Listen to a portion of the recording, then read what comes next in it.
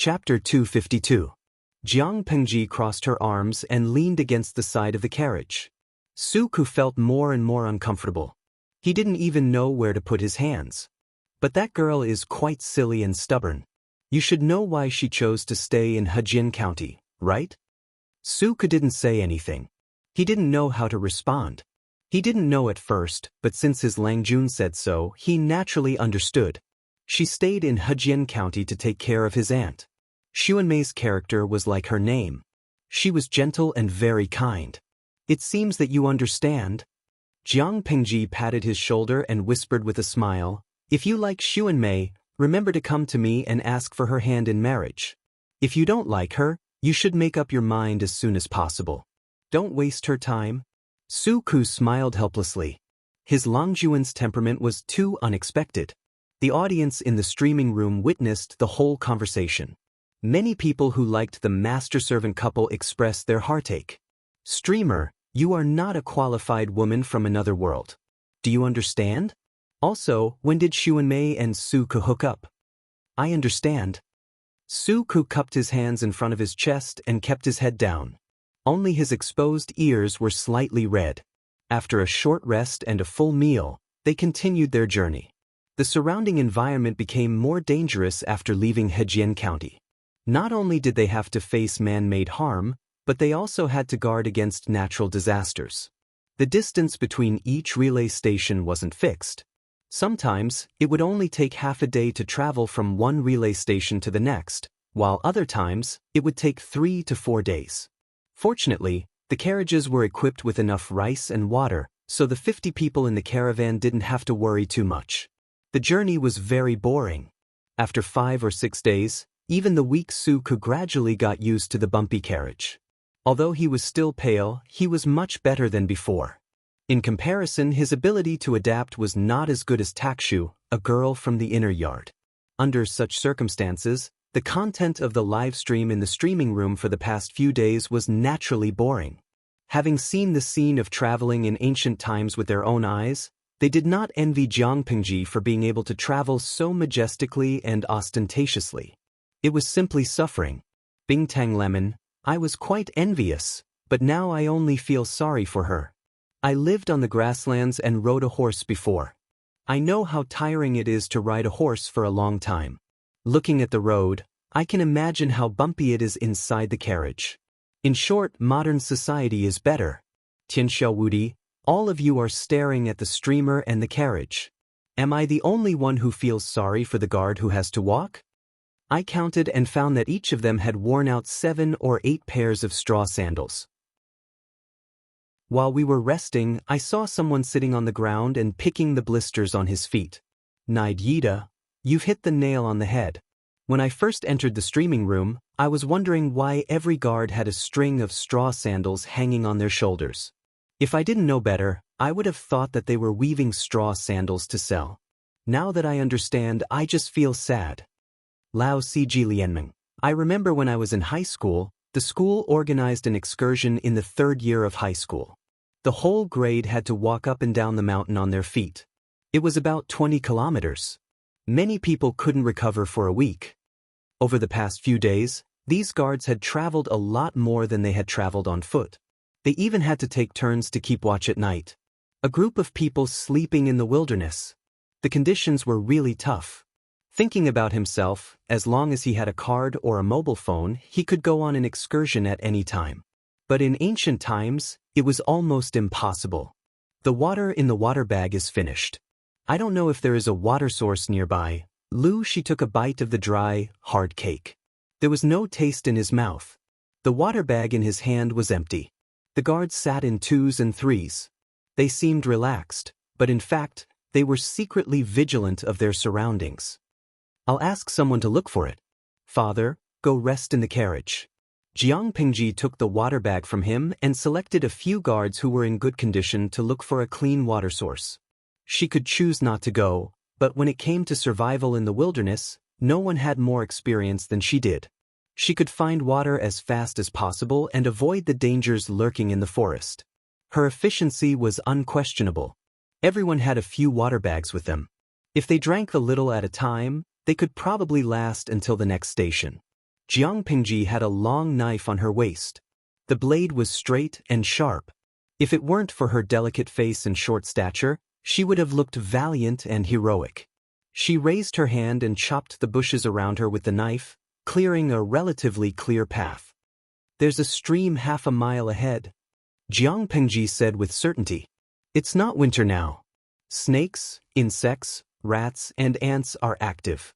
Before she finished her sentence, she suddenly turned her wrist and held the black knife in a backhand grip. The blade and the sword deeply pierced into the tree trunk behind a guard. The guard was so scared that his body stiffened. His forehead was covered in cold sweat, and he didn't dare to move. Because she had walked a lot, her breathing was a little heavy. "It's a poisonous snake." She pulled out the knife with a clang. At that moment, everyone realized that the tip of the knife was stained with blood. A poisonous snake with a triangular head and a brown body was nailed to the tree trunk. It was still in the posture of exerting force before it died. If it weren't for Jiang Pingji's quick action, the snake's poisonous fangs would have bitten the guard's neck. "Be careful." Jiang Pingji put away the knife. Her expression was still cold, but it gave people an indescribable sense of security. After stumbling for another half a mile, they heard the sound of flowing water. The troops looked at her with awe and admiration. "Go get some water. Hurry up." Jiang Pingji stood on a huge rock by the stream and looked into the distance. She didn't find anything unusual. The guards heard her and immediately took down the water bags hanging on their bodies. They squatted by the water and filled it with water. Sen's Hisong Xianxia, the ancient water source, is not polluted. It looks really clean. Nongfu Shanquan Yudiangshuan, it looks clean, but it doesn't mean it's really clean. If you drink it directly, you might get diarrhea. Who knows how many microorganisms are in it? If you drink it, you might be infected by parasites. I think it's safer to boil it first. Jiang Pingji wouldn't be so careless even if the audience in the streaming room didn't remind her. In fact, every time she fetched water, she would ask someone to boil it in the pot and then put it back into the water bag. Langjun. While she was reading the comments to kill time, a guard suddenly ran to her with a bloody coat in his hands. What happened? Jiang Pingji looked at the bloody coat that had been soaked in the water and took it. It was a cloak worn by an adult man. The material was exquisite. It was not the coarse cloth or linen that ordinary people usually used. Where did you find it? There were a few cuts on the cloak, and fresh blood was still burning. In other words, the owner of the cloak had been killed not long ago, and he was nearby. Lang Jun, when we were collecting water, the cloak floated down from upstream. Jiang Pingji looked at the cloak, and her eyes flickered. The atmosphere in the streaming room also fell into a strange silence. They all hoped that Jiang Pingji could go over and take a look. Maybe she could even save a life. But they didn't even need to think to know that the owner of the bloody clothes must have encountered bandits who committed murder and robbery in the deep mountains and forests. Or maybe they were being pursued by their enemies. If Jiang Pingji went there, she might be in danger. Kindness was a good quality, but it was not good to bring danger to strangers or the people around you. That was called St. Mary's disease. Coincidentally, the system's voice rang in Jiang Pingji's ears. It had been pretending to be deaf for a long time. Cheng Cheng, a friend of Meng Zhan from Meng County in Song Prefecture. He is currently in an unknown danger. Please save him in half an hour. Once the mission is completed, the host will receive the reward of full breasts. Raise your wrists high and turn around, and your breasts will cover your clothes. If you fail, you will receive a level 6 electric shock as punishment. Please consider carefully and carry out the mission as soon as possible to prevent the target from dying. It was another real-time triggered mission. This time it was a level 6 electric shock. Jiang Pingji was speechless. System, you've been obedient for months. Why did you suddenly appear out of nowhere and cause trouble? What did a human do? Lang Jun, do you want me to go and take a look? The guard asked in a low voice. He was afraid that his voice would attract the attention of the thieves. No need. You go and tell the others to be quiet. Don't let the thieves find out and cause trouble. Jiang Pingji's face was cold. She threw the bloody cloak on the ground without even looking at it. Obviously, People with discerning eyes could tell her decision from her reaction. Yes, I understand. As the saying went, it was better to avoid trouble. There were only a few people who would stand up for injustice.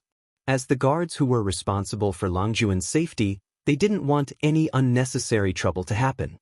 Some of the viewers in the streaming room were very anxious. They typed and scolded Jiang Pingji for being cold-blooded and heartless. Some of them could understand it rationally, but they were disappointed emotionally. They wanted to see a streamer who was righteous, not selfish and cold-blooded. At that moment, the system's voice came out. The system gritted its teeth. Don't tell me you want to refuse again. Host, if you don't listen to me, you will definitely regret it. Jiang Pingji sneered secretly. I won't do the mission. What can you do to me? The system said, Level 6 electric shock punishment. Aren't you afraid of death? Will you let me die? Jiang Pingji asked secretly. The system choked and said angrily, You don't have to refuse the mission just to spite me. You're wrong. I won't save him just because he is Meng Zhan's best friend, Jiang Pingji replied coldly. The system. I quit. This host is too hard to deal with. I know she hates real-time missions, but does she have to go against me like this? About 10 minutes later, the guards had filled all the water bags. Jiang Pingji said to the crowd, Let's go. The system kept trying to stop her in her mind. Jiang Pingji, are you really not going to save him? The viewers in the streaming room are throwing rotten eggs at you. As a streamer, you should create a positive image. If you don't save him today, you will lose fans. Shut up. Jiang Pingji spat out coldly. Her expression was very cold. The system was furious, but it couldn't change Jiang Pingji's mind. It could only snort angrily. At that moment, the guards realized that Lang Jun was leading them to another path. Lang Jun, we're going the wrong way. Chapter 253. Jiang Pingji stopped in her tracks and suddenly tilted her head to look at him. She said, The path I say is the one. The guard was dumbfounded. He wondered if his Lang Jun had a bad sense of direction and was too shy to let others know about it. What are you waiting for? Follow me. Jiang Pingji snorted softly and looked askance at him. Her eyes were misty and she looked strangely proud. Of course, these troops did not understand what it meant to be tsundere, but Jiang Pingji's awkward reaction did touch some people's cuteness. Yes. The guard responded in a loud voice and followed Jiang Pingji's footsteps closely. The audience in the live broadcast room suddenly reacted, and a guess spread in their hearts. Could it be that the host had changed his mind? Nongfu Shanquan Yudiangshuan, streamer, although it's a virtue to stand up for injustice, you should still act within your means. Compared to a complete stranger, I still think that the safety of the host is more important. Even if you don't do anything, you are not in the wrong. Bingtang Lemon, +1. Streamer, you don't have to change your behavior because of other people's opinions. You only have so few people with you. If you meet a group of bandits, not only will you not be able to save them, but you will also get yourself killed. That's not worth it. There was a cost involved in saving people. Jiang Pingji and her group had only come out to look for water. They did not bring any lethal weapons. There were not many of them and their weapons were not good. If the number of bandits far exceeded Jiang Pingji's, wouldn't it be like sending a lamb into a tiger's den? Uyida, Tisk, there are so many people who are being held hostage by morality. If the host didn't save them, it meant that he wasn't kind and benevolent? If she was in danger because she tried to save someone, would you keyboard warriors climb through the screen to save her? Host, you must be careful. The viewers in the live stream were very conflicted, and their stance was not firm. Jiang Pingji clearly remembered that there was an ID who angrily scolded her for being cold-blooded. However, when she did something that seemed to be an omen of saving someone, the ID followed the crowd and angrily scolded those who were suspected of moral kidnapping, completely forgetting the contents of the bullet screen that he had previously posted. She sneered coldly in her heart. No matter how noisy the bullet screen was, she ignored it. Lao Ciji Lianmeng, what are you arguing about? Is this the first time you've seen the host's personality of not getting up early without benefits? Compared to those fence-sitters, the truly loyal audience members were more rational and maintained their stance. They might not watch the live stream every day, but they could truly understand Jiang Pingji's character. Is she the kind of person who gets carried away by emotions and acts impulsively? Obviously, she wasn't. Although she didn't know why she changed her mind at the last minute, there was one thing she was sure of. Her reason for saving people had nothing to do with the comments of the audience.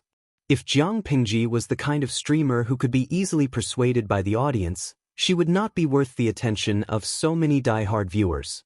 According to Lao Ciji Lianmeng's thoughts, perhaps the reason why she saved him was just because the benefits of saving people were far greater than just standing idly by. Yes, Jiang Pingji was that realistic. You guys keep up, I'll go first. Jiang Pingji nimbly shook off the guards behind her with a few leaps. She stepped on a few boulders beside the waterfall and leaped up. The guards were dumbfounded. Could this be the legendary, leaping onto roofs and vaulting over walls? One of them even wanted to imitate Jiang Pingji's movements, but as soon as his right foot stepped on the first boulder, he suddenly slipped and fell forward, causing him to fall hard. There was a tearing sound in his ears, and his clothes were torn. At that moment, the guards found that the boulders beside the waterfall had become wet and slippery because of the splashing water. They couldn't even stand steadily in straw sandals, let alone Jiang Pingji, who was only wearing a pair of wooden clogs. So, how did Lang Jun get up? What are you waiting for? Hurry up and catch up. If anything happens to Lang Jun, you don't want to live anymore. At that moment, a guard's reprimand pulled them back from the shock. All of them used to be bandits, but after days of intense training and Su Ke's tireless brainwashing, they had already curbed their savagery. Not only were they loyal to Jiang Pingji, but they also behaved with a sense of righteousness that only a regular army could have.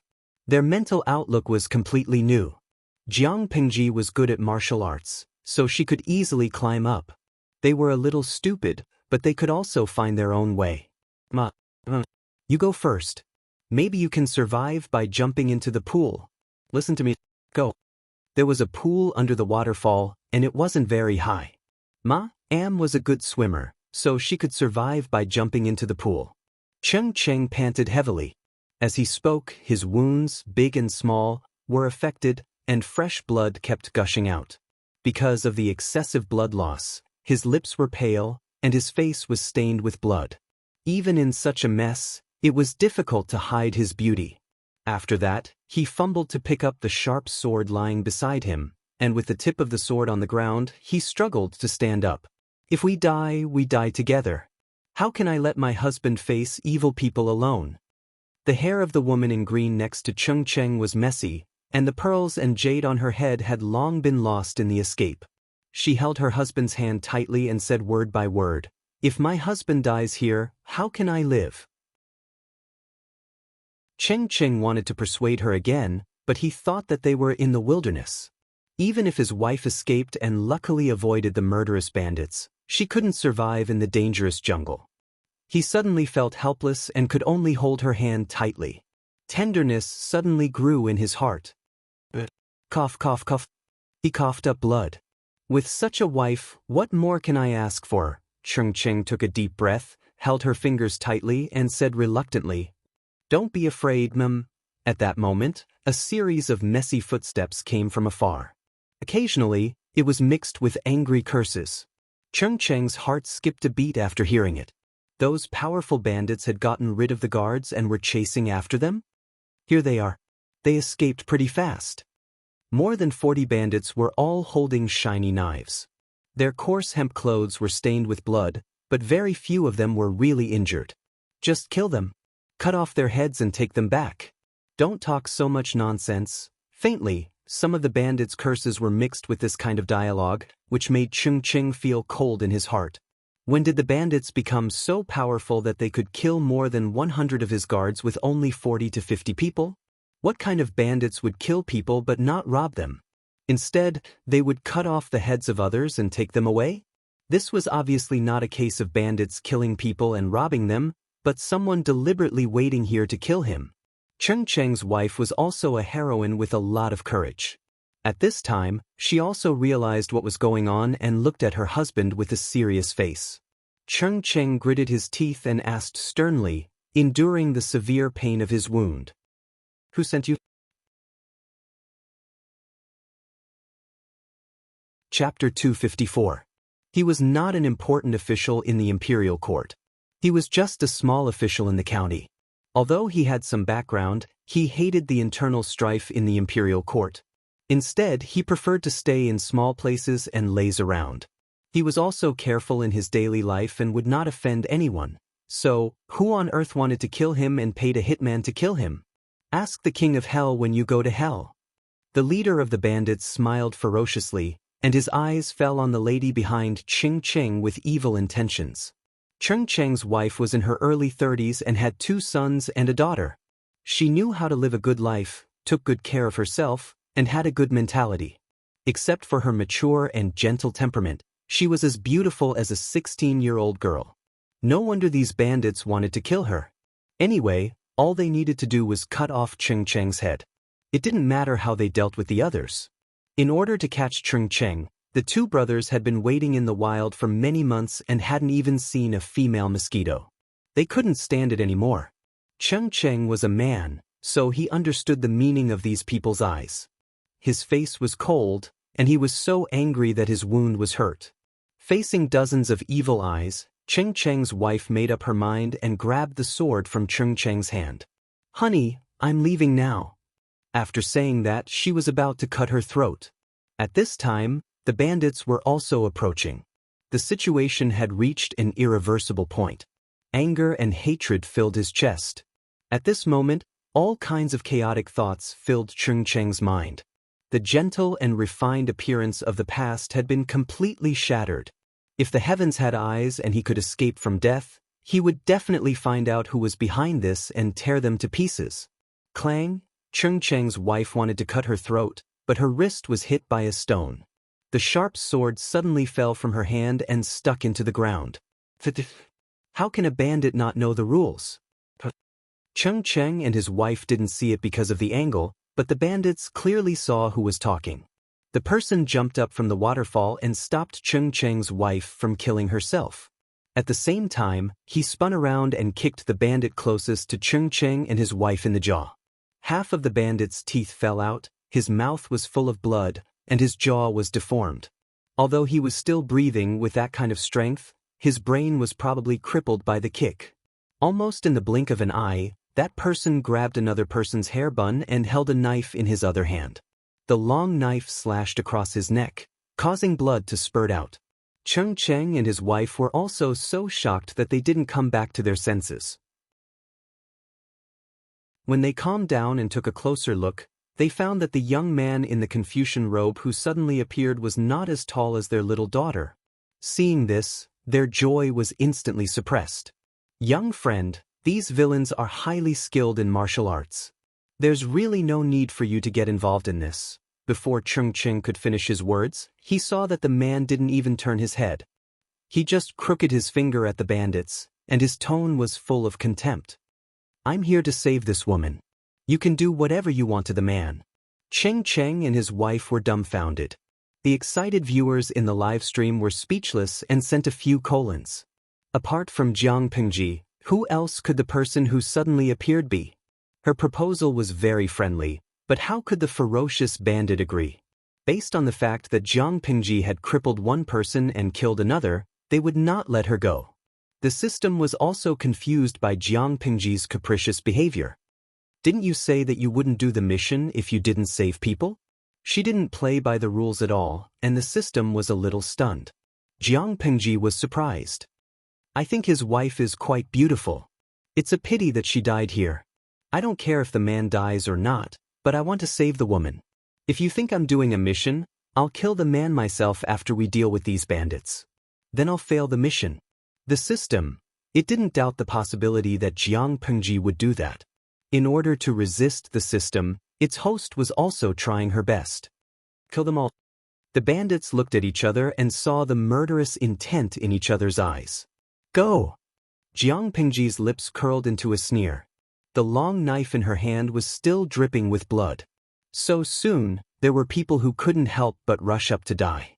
The streaming room had been open for more than half a year, and the audience was already familiar with Jiang Pingji's temperament of killing people easily. At that moment, except for those who were timid and didn't dare to watch, many of the audience felt their blood boiling. After all, it was really helping people when they saw injustice. The hero complex in wuxia novels was always not as good as it was in the TV series. The streamer was the real deal. No matter how good her acting skills were, it couldn't be so real and hot-blooded. Go ahead, but I'll lose if you cross this line. In terms of arrogance, Jiang Pingji was definitely at the level of an ancestor. As soon as he finished speaking, a few bandits rushed over with their swords raised high. Jiang Pingji's eyes flashed slightly when she saw the situation. Her lower body was as steady as a rock, and her body was fast and agile. Although she looked thin and weak, she was no weaker than any man when it came to strength. She dodged and dodged 2 knife attacks aimed at her fatal parts, and at the same time, she took the knife attacks from several people head-on. The bandits thought that they could kill Jiang Pingji with 1 knife attack, but the moment the knife touched her, it was their hands that were split open. The strong men were shocked by the huge force, and they suddenly took 2 steps back. Their lower bodies were momentarily unsteady. It was also in such a short time that everything was difficult to recover. What great strength! That was also the last thought they had left in the world. Jiang Pingji didn't retreat, but moved forward. The blade cut through the void, leaving a beautiful white shadow. At the same time, a cold breeze swept past her neck, and the temperature of her body suddenly receded. Her vision was dim and her eyes were spinning. Yuyida, kill! Bingtang Lemon, kill again! In Yuejia Zhuge Qin Ma, 1 more knife. Ji Kongting, still not dead. Jiang Pingji, do you think you're playing a game? Lao Cg Lianmeng, congratulations to the streamer for completing a perfect 5 consecutive kills. After a while, Jiang Pingji had already seen through many problems, but there were still more questions left in her heart. The people in front of her were not bandits at all. Or rather, they were not authentic bandits. Instead, they were fighters carefully trained by others. The couple behind her was the target of their ambush. The man's name was Ching Cheng. Since he could make friends with Meng Zhan in Song Prefecture's Meng County, he was at least from an aristocratic family. What made her wonder was what was so special about this man that the system was afraid of and even wanted to kill him. Yes, the system had an ulterior motive. Even though they had been together for more than half a year, Jiang Pingji still didn't trust the system at all. Even though it issued a real-time task to save Cheng Cheng, in Jiang Pingji's eyes, its real purpose was to kill Cheng Cheng. Jiang Pingji's resistance to the system was not a day or two, and her hatred for real-time tasks was also deep in her heart. She boldly guessed that the system was persuading her to complete the task, but in fact, it was to provoke her and make her deliberately go against it. To that end, the system even took out the punishment of level 6 electric shock as reward bait.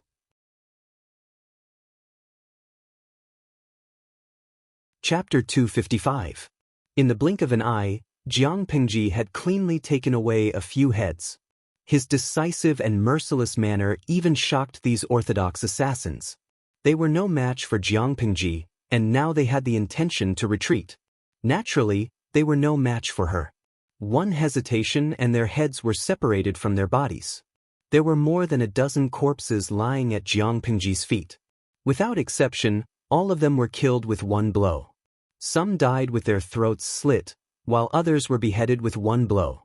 Their heads flew into the sky and blood splattered all over the ground. Some still had some flesh left. Compared to these people's heavy losses, Jiang Pingji was unscathed. Sticky blood kept dripping from the blade. Go! What are you afraid of? Everyone go! One of the bandits roared fiercely, but his companions were not encouraged. Instead, they were even more afraid. They were trying to move forward, but they took a small step back without a trace. Their faces were full of hesitation and fear. These people were almost scared out of their wits by Jiang Pingji. They obviously had an overwhelming advantage in terms of numbers, but no one dared to move forward. Who dared to rush to the front? The people who had rushed to the front were now lying on the ground like corpses. The blood that spurted out was still steaming. The more it was like this, the more afraid they were. The broadswords in their hands could not bring them any sense of security. Seeing this, Jiang Pingji sneered coldly. Tisk, cowardly rats. If these people could rush forward together and work together to deal with her, she could still look up to them and treat them a little more seriously. After all, no matter how strong she was, it was impossible for her to ignore the overwhelming number of swords that were swarming toward her. However, they revealed their fear of death after only a dozen of their companions were killed. Then they developed the thought of retreating in fear. Even if such people were armed with advanced laser weapons, they would still be useless. Jiang Pingji could kill them in minutes.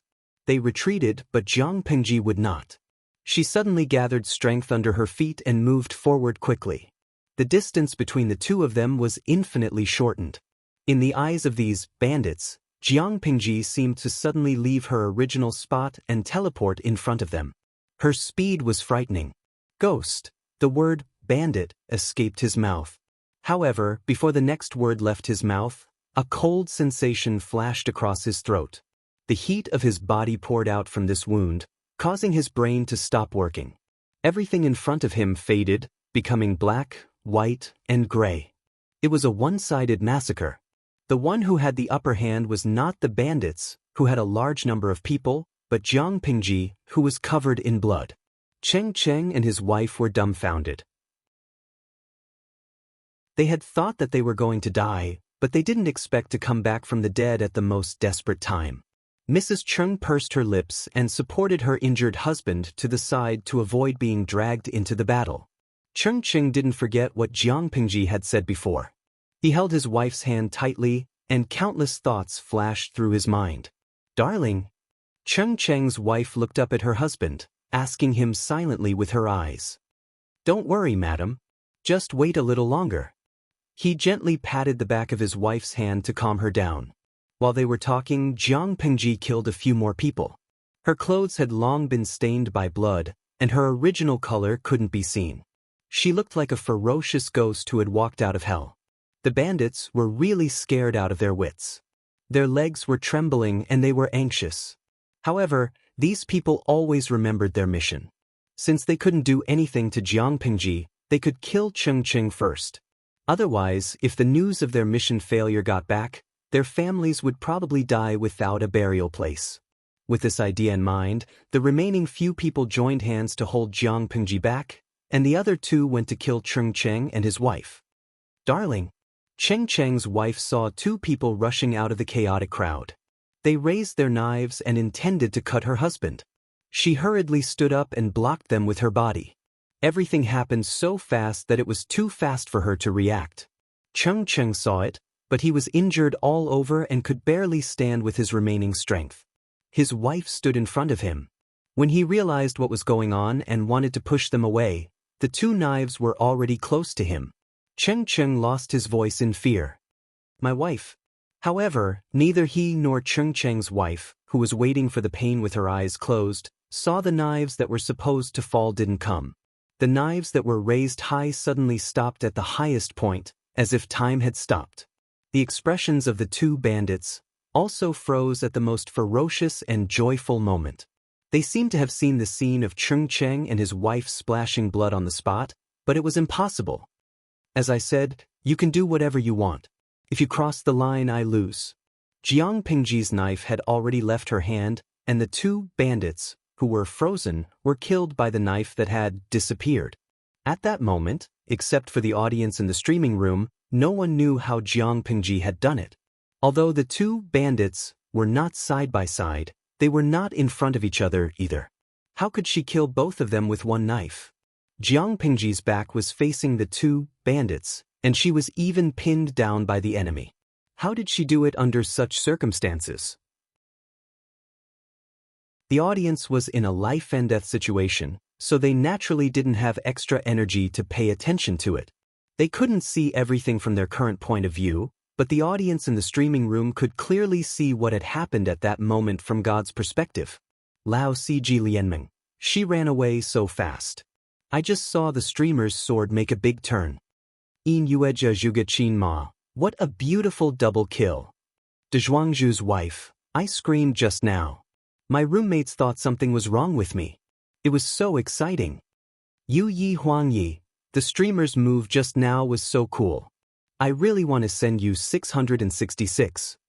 Not only did the audience in the streaming room send a series of 666, but the platform was also flooded with all kinds of gifts. If it had encountered such a large number of gifts in normal times, the system would have come to Jiang Pingji to annoy her, but now it was strangely silent, as if it didn't exist. Others didn't know, but Jiang Pingji knew why the system had such a reaction. Coca-Cola, wait a minute, the streamer doesn't have a weapon now. What should we do? This bullet screen was particularly glaring. Many of the viewers who had sent 666 quivered as they finally noticed this point. In order to save people, Jiang Pingji used a long knife to sneak attack the two bandits. Although she saved Cheng Cheng and his wife from danger, she also put herself in a desperate situation. She was now unarmed, but the bandits around her who were eyeing her were all holding sharp knives.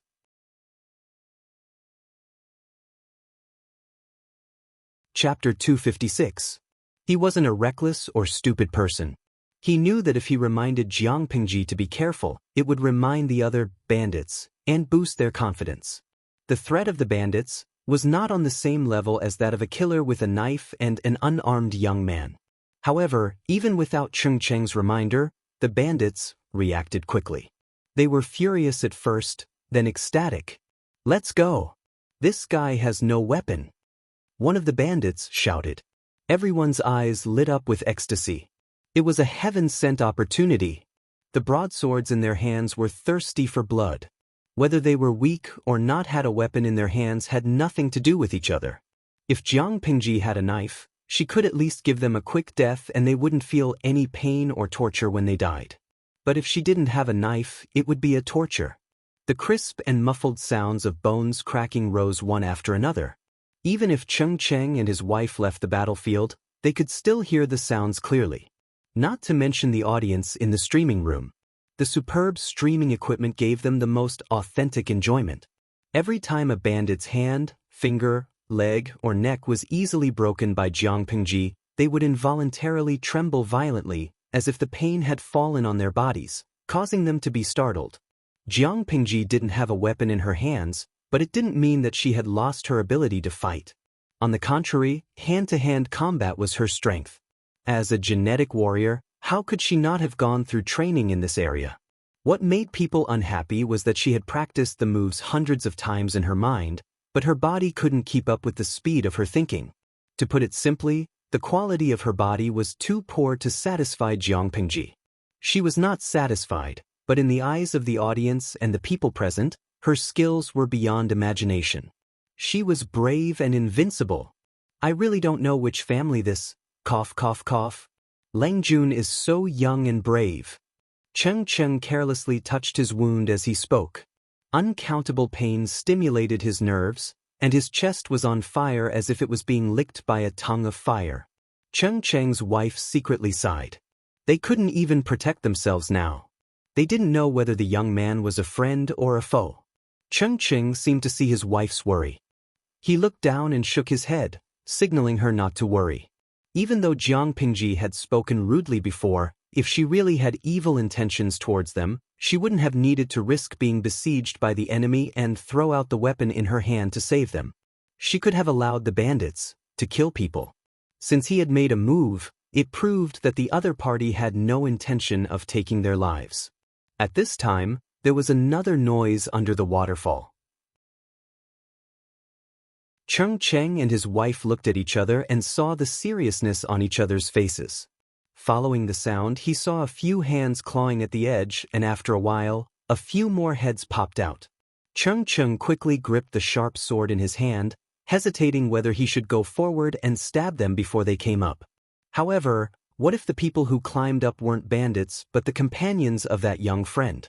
On Cheng Cheng's side, the guards who had climbed up with great difficulty were almost scared out of their wits. Lang Jun.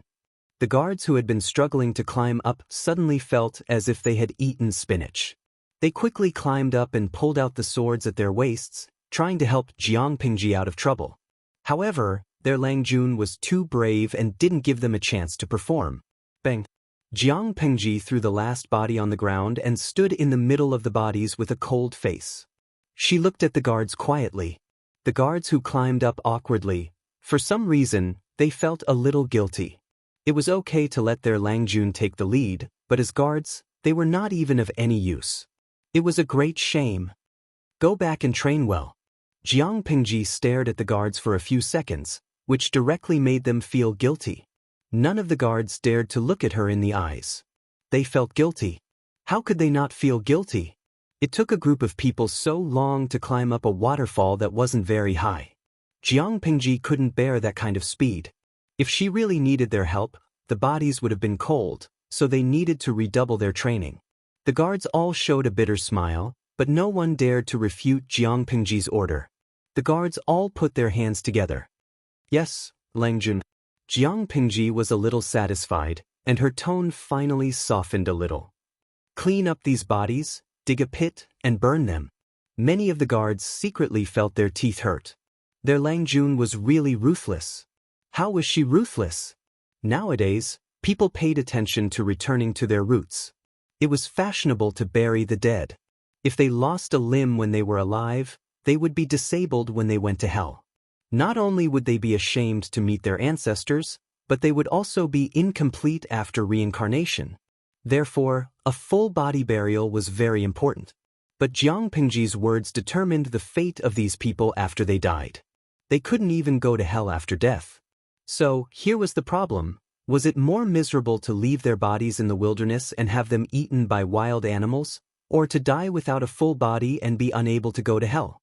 The guards dared not refute Jiang Pengji, so they could only silently listen to her orders. After that, Jiang Pengji finally had the time to pay attention to the Chengqing couple. The man was tall and slender. He had a light and gentle temperament. Not to mention his looks, he gave off the impression that he was easy to get along with. He was very approachable. Jiang Pengji analyzed him from head to toe without batting an eyelid. Her eyes darkened slightly. On the other side, Chengqing had a strange feeling in his heart. He had an inexplicable feeling. Jiang Pengji glanced at the woman next to Chengqing and then said to one of the guards, "Do you have medicine with you? Treat this gentleman's wound. It's not a fatal wound, but if it's not treated, it'll be dangerous if he bleeds too much." The guard naturally brought enough medicine with him. "Thank you." Chengqing's wife took the medicine and bowed to Jiang Pengji. Jiang Pengji didn't go over to ask for more information. Instead, she sat on the side, looking gloomy. Others thought she was in a daze, but in fact, Jiang Pengji was just looking at the reward given by the system. Congratulations to the streamer for completing the real-time task, saving Chengqing. You have received the reward full breasts, white wrist high, body smooth, sexy shroud. Please receive the reward at the receiving desk. System, are you not happy? She asked the system in her heart. The system sent her a series of ellipses. This time, I have completed the task you gave me perfectly. Jiang Pengji smiled, but the smile didn't reach her eyes. The system replied, the host finally understands my painstaking efforts. I am very happy. However, after the reply, the system became silent again. It wasn't as noisy as it usually was. Obviously, it wasn't as happy as she expected. Jiang Pengji could even imagine it gritting its teeth in anger.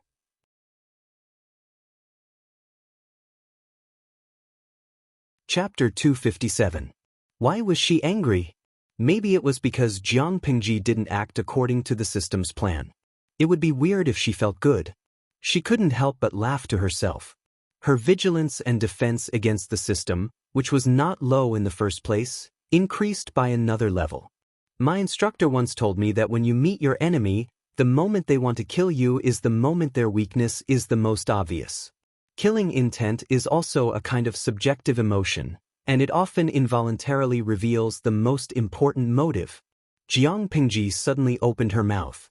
The system couldn't stand it anymore. It sounded a little angry. Host, what did you mean by that?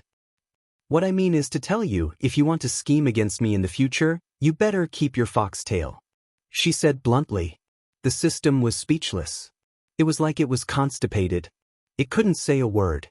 In fact, Before Jiang Pingji opened her mouth, it didn't know how it had exposed its real purpose. There was nothing wrong with the triggered mission, but it still persuaded Jiang Pingji to carry out the mission. The reward, full breasts, was also something she couldn't complain about.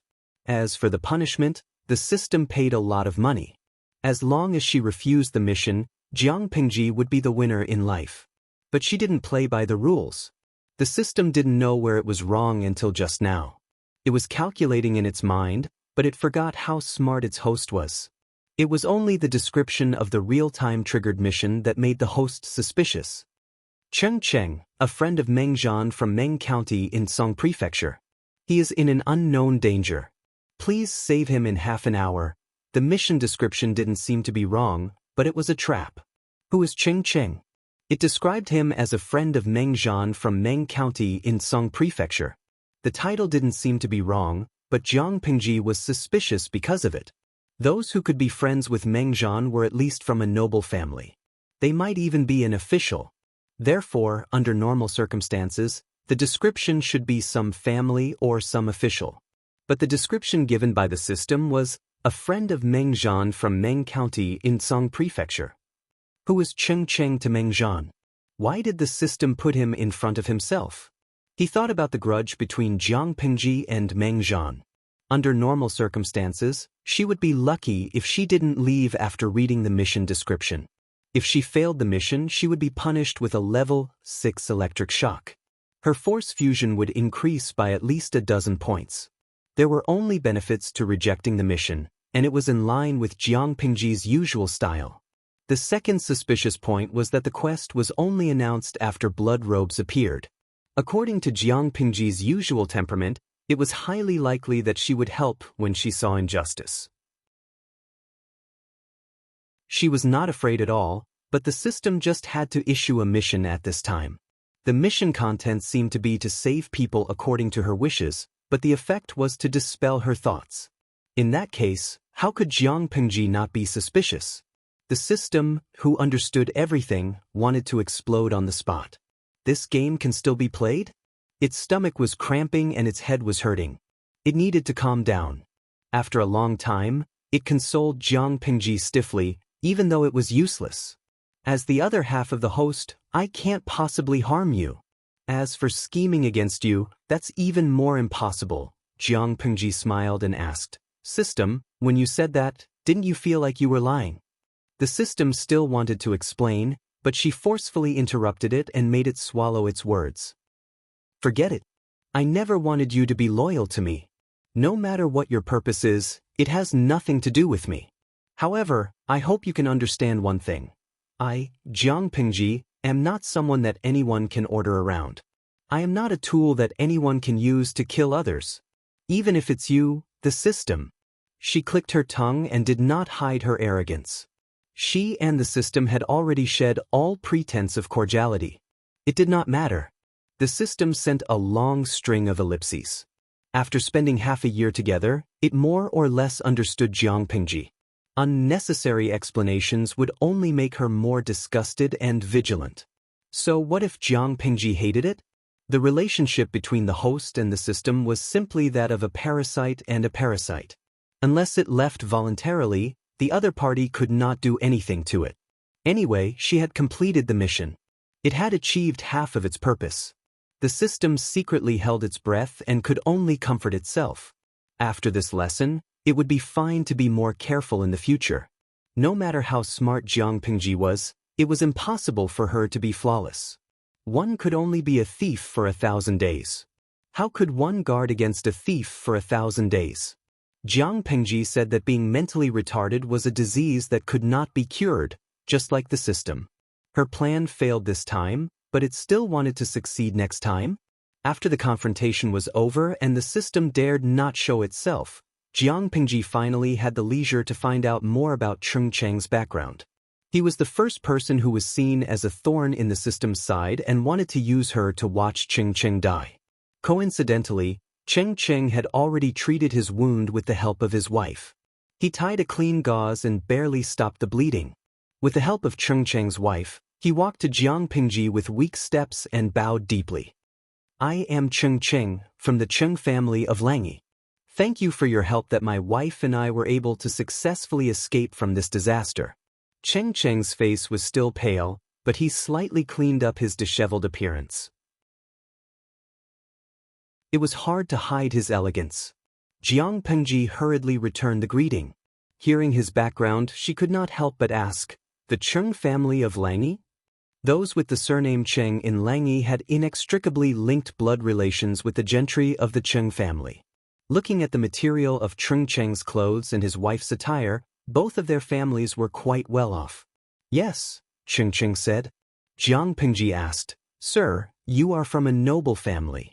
Why didn't you bring any guards when you went out? Instead, you were targeted by those vicious people and provoked a vendetta?"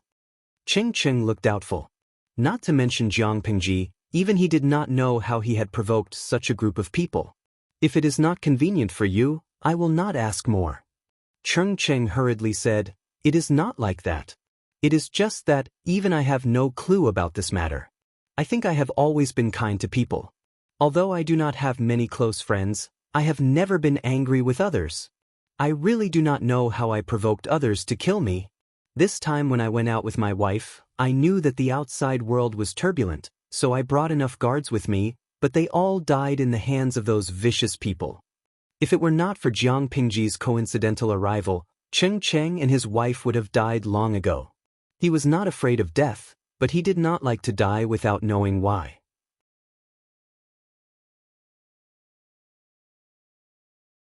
Chapter 258.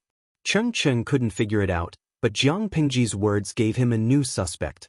Noticing the change in Cheng Cheng's expression, Jiang Pengji asked casually, "Do you have someone in mind?" Cheng Cheng couldn't say it out loud even if it was really that person, let alone just having a slight suspicion. Jiang Pengji didn't ask further. She glanced at Cheng Cheng's wife. The couple had been living a comfortable life. They had never been as embarrassed as they were that day. She asked a very practical question. "I just heard from you that all the guards were killed by the villains. Now we're in the middle of nowhere, and we're still a few days away from the nearest courier station. What's your plan?" Cheng Cheng was injured, and his wife didn't do any housework. They didn't know how to survive in the wild. Cheng Cheng looked embarrassed when Jiang Pengji asked the question. Before he could say anything, Jiang Pengji continued, "If you don't mind and trust me, why don't I send you to the nearest station? You can settle down there and then contact your families. You are still in danger if you don't know the background of the thugs." Cheng Cheng thanked Jiang Pengji for her kindness with shame. If they didn't get a ride, they would have a hard time surviving even if the thugs didn't kill them. Compared to Cheng Cheng's gentleness, his wife was very straightforward. She liked Jiang Pengji more after witnessing what she did. "You have extraordinary skills and an imposing aura. I wonder which family you are from?" "The Lu family of Hejin. My first name is Shi. My father is Lu Shi. If you don't mind, you can call me Lanting."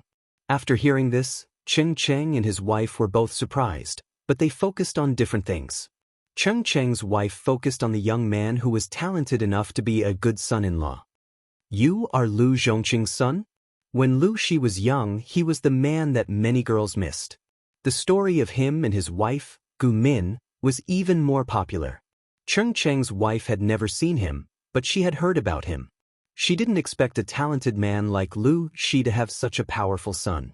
Those villains had forced the couple into a dead end, but in front of this young man, they were so vulnerable. After a while, Mrs. Cheng's mind was already twisted. She labeled Jiang Pengji as the future son-in-law. If any family's daughter could marry Lu Shi's son, it would be a great deal.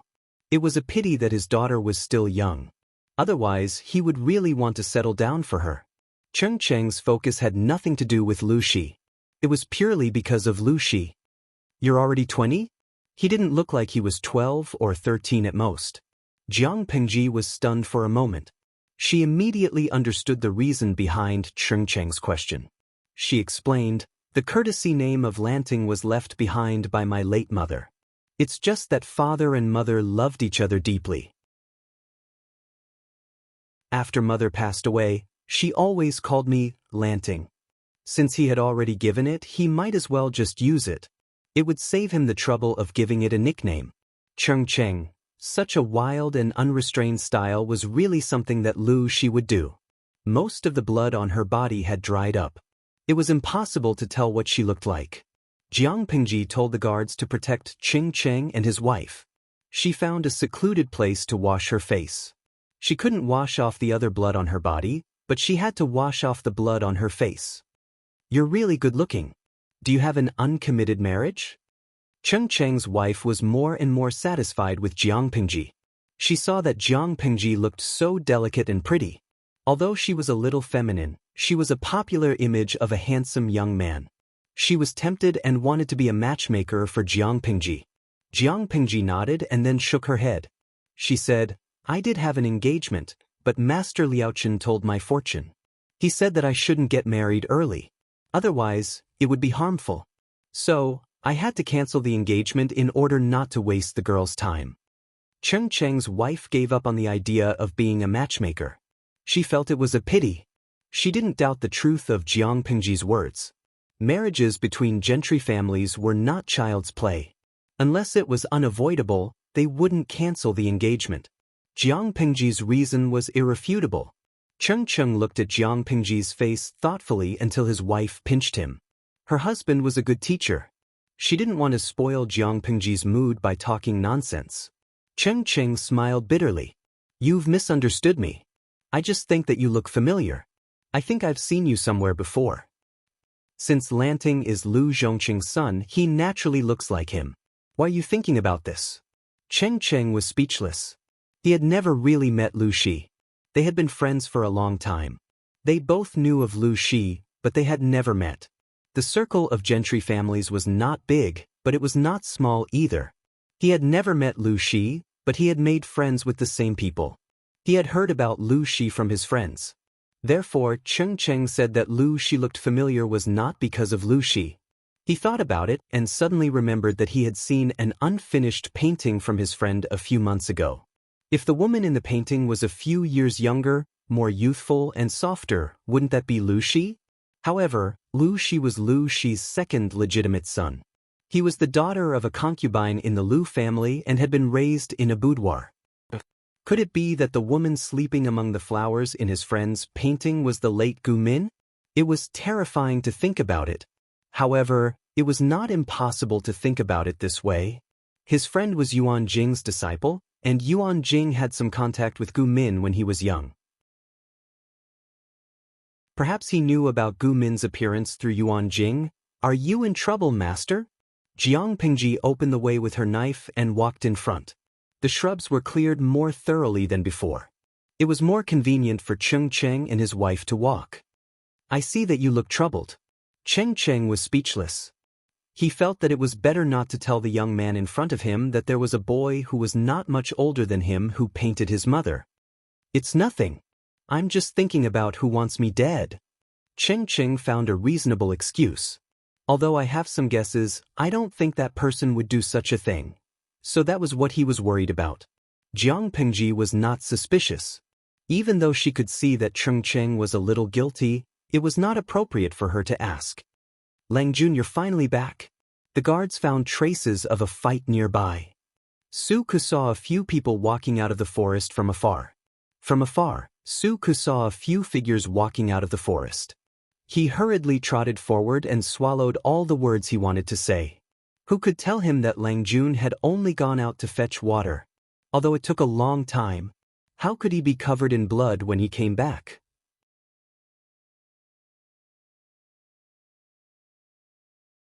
Chapter 259. Su Ku was confused, but Jiang Pingji was much calmer. What kind of fight? She threw a few water bags to Su Ku and said, "Ask the guards to gather some firewood and boil it in a pot. Put it back in the water bags when it's cold. The water in the stream is not clean after all. Boil it before drinking." He hurriedly took the water bags and found two new faces in Jiang Pingji's team. Su Ku said, "The guards who were looking for firewood reported that they found several carriages and horses without people on the road ahead. There were many corpses lying around. After checking, they found that there was a fierce fight not long ago. The master is worried that it was done by the mountain bandits." Su Ku had been to that place. After careful inspection, he found that the possibility of the bandits committing the crime was very low. It was more like a premeditated murder. Therefore, he could not help but worry about his Lang Jun, who had gone out to fetch water. He was about to lead some people to search for her, but Jiang Pingji came back with blood all over her body. If it were not for the fact that it was broad daylight, Su Ku would have thought that it was the ghost of his Longjuan's death. His heart almost stopped beating. He was scared to death. Jiang Pingji immediately understood and said, "Those should be Mr. Cheng's carriages. They were attacked by bandits on the road. I happened to pass by and help them beat the bandits back. Xiaoyu, ask someone to prepare some food." She said it lightly as if she did not remember that they were surrounded by 40 or 50 bandits. Of course, Su Ku was misled into thinking that those were just ordinary mountain bandits. He did not think too much about it. His Longjuan's face was ruddy, her eyes were still clear, and she was full of energy. He could tell that she was fine at first glance. Well, it was probably those bandits who got into trouble. With that conclusion, Su Ku did not panic at all. "Yes, I'll do it now." Su Ku was completely familiar with the housekeeper mode. He did whatever Jiang Pingji said. "Oh, and ask Taksha to bring me some clean clothes. I need to find a place to wash up. It's uncomfortable to have blood on my body." The viewers in the streaming room were instantly excited. Outdoor bathing play. According to the routine, there must be a fool who accidentally passed by, saw her, and then accidentally met the streamer. Just thinking about it made him feel sweet. Sweet? If Jiang Pingji didn't even have this little bit of vigilance, she would have died a few times. Taksha heard the news and ran over. She was relieved to see that Jiang Pingji was fine, apart from looking a little disheveled. "Please wait for a moment, Lang Jun. I will go prepare the clothes." After she finished speaking, Takshu retreated. She went to the carriage's trunk to find a set of clean clothes, a towel, and soap. "County Chief Lu is here." Cheng Cheng saw that Jiang Pingji was done with her work and asked, "Yes, I heard that my father is this year's General Evaluation Officer and needs to go to Shangjing to take charge. Cheng Cheng, is there anything wrong?" He felt that Cheng Cheng's expression was slightly speechless. Cheng Cheng continued to be silent, with a complicated expression. After a long time, he said with a wry smile, "People used to say that Lu Zhongqing was wild and unruly. I used to think that it was someone else who wanted to discredit County Chief Lu. But now it seems that he was right. The evaluation was imminent, but the chief examiner was only on his way now. Lu Shi, as soon as he arrived, he heard someone bad-mouthing his daughter and damaging his image as a father. Who did he offend? He was an old fox in the officialdom, so he did not take Cheng Cheng's words to heart. Lanting, these two are... Lu Shi walked over and saw the face of the person who had bad-mouthed him. Just one glance and the unhappiness in his heart disappeared. Although Cheng Cheng and his wife looked disheveled, they still looked elegant. No matter who saw them, they would sincerely praise them. "Father." She told her father what had happened in detail and said, "It was fate that brought us together, so I invited Mr. and Mrs. Cheng to come and we planned to go to the next station together. After all, the murderer's purpose and background are still unknown. If we leave them in the wilderness, I am afraid that their lives will be in danger. Father, what do you think?"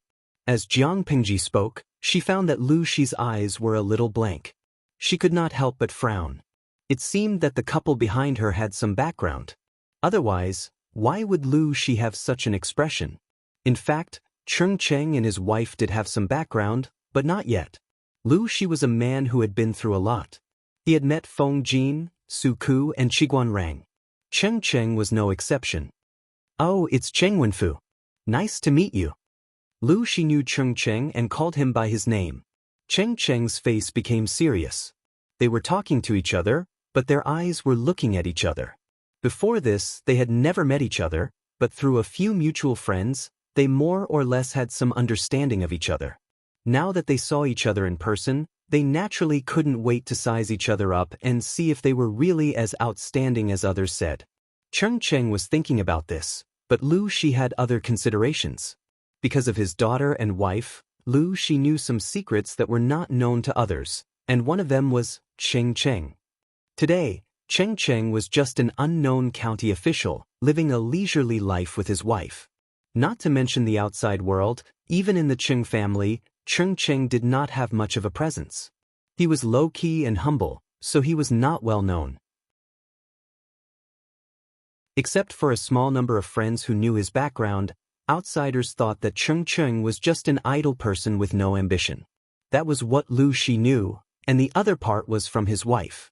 Cheng Cheng was the first historian who presided over the compilation of the history of the 16 kingdoms, the Xia dynasty, and the Jiang dynasty for the first 60 years. He spent 35 years restoring countless cultural relics and ancient books. He created a new chapter in the history books. He became the imperial censor and was posthumously awarded the title after his death.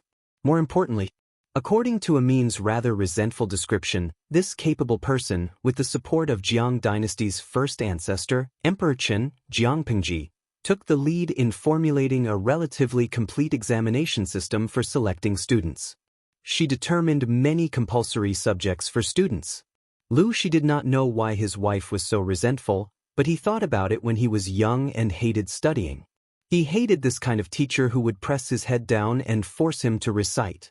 Despite her resentment, Gu Min had a very high opinion of this historian.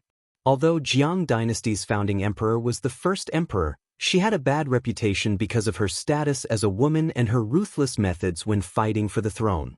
Only Cheng Cheng insisted on upholding the integrity of a historian. Black is black, white is white. His description of Emperor Qin was detailed and objective, and he never hid his praise. He even wrote a book to refute other groundless slander.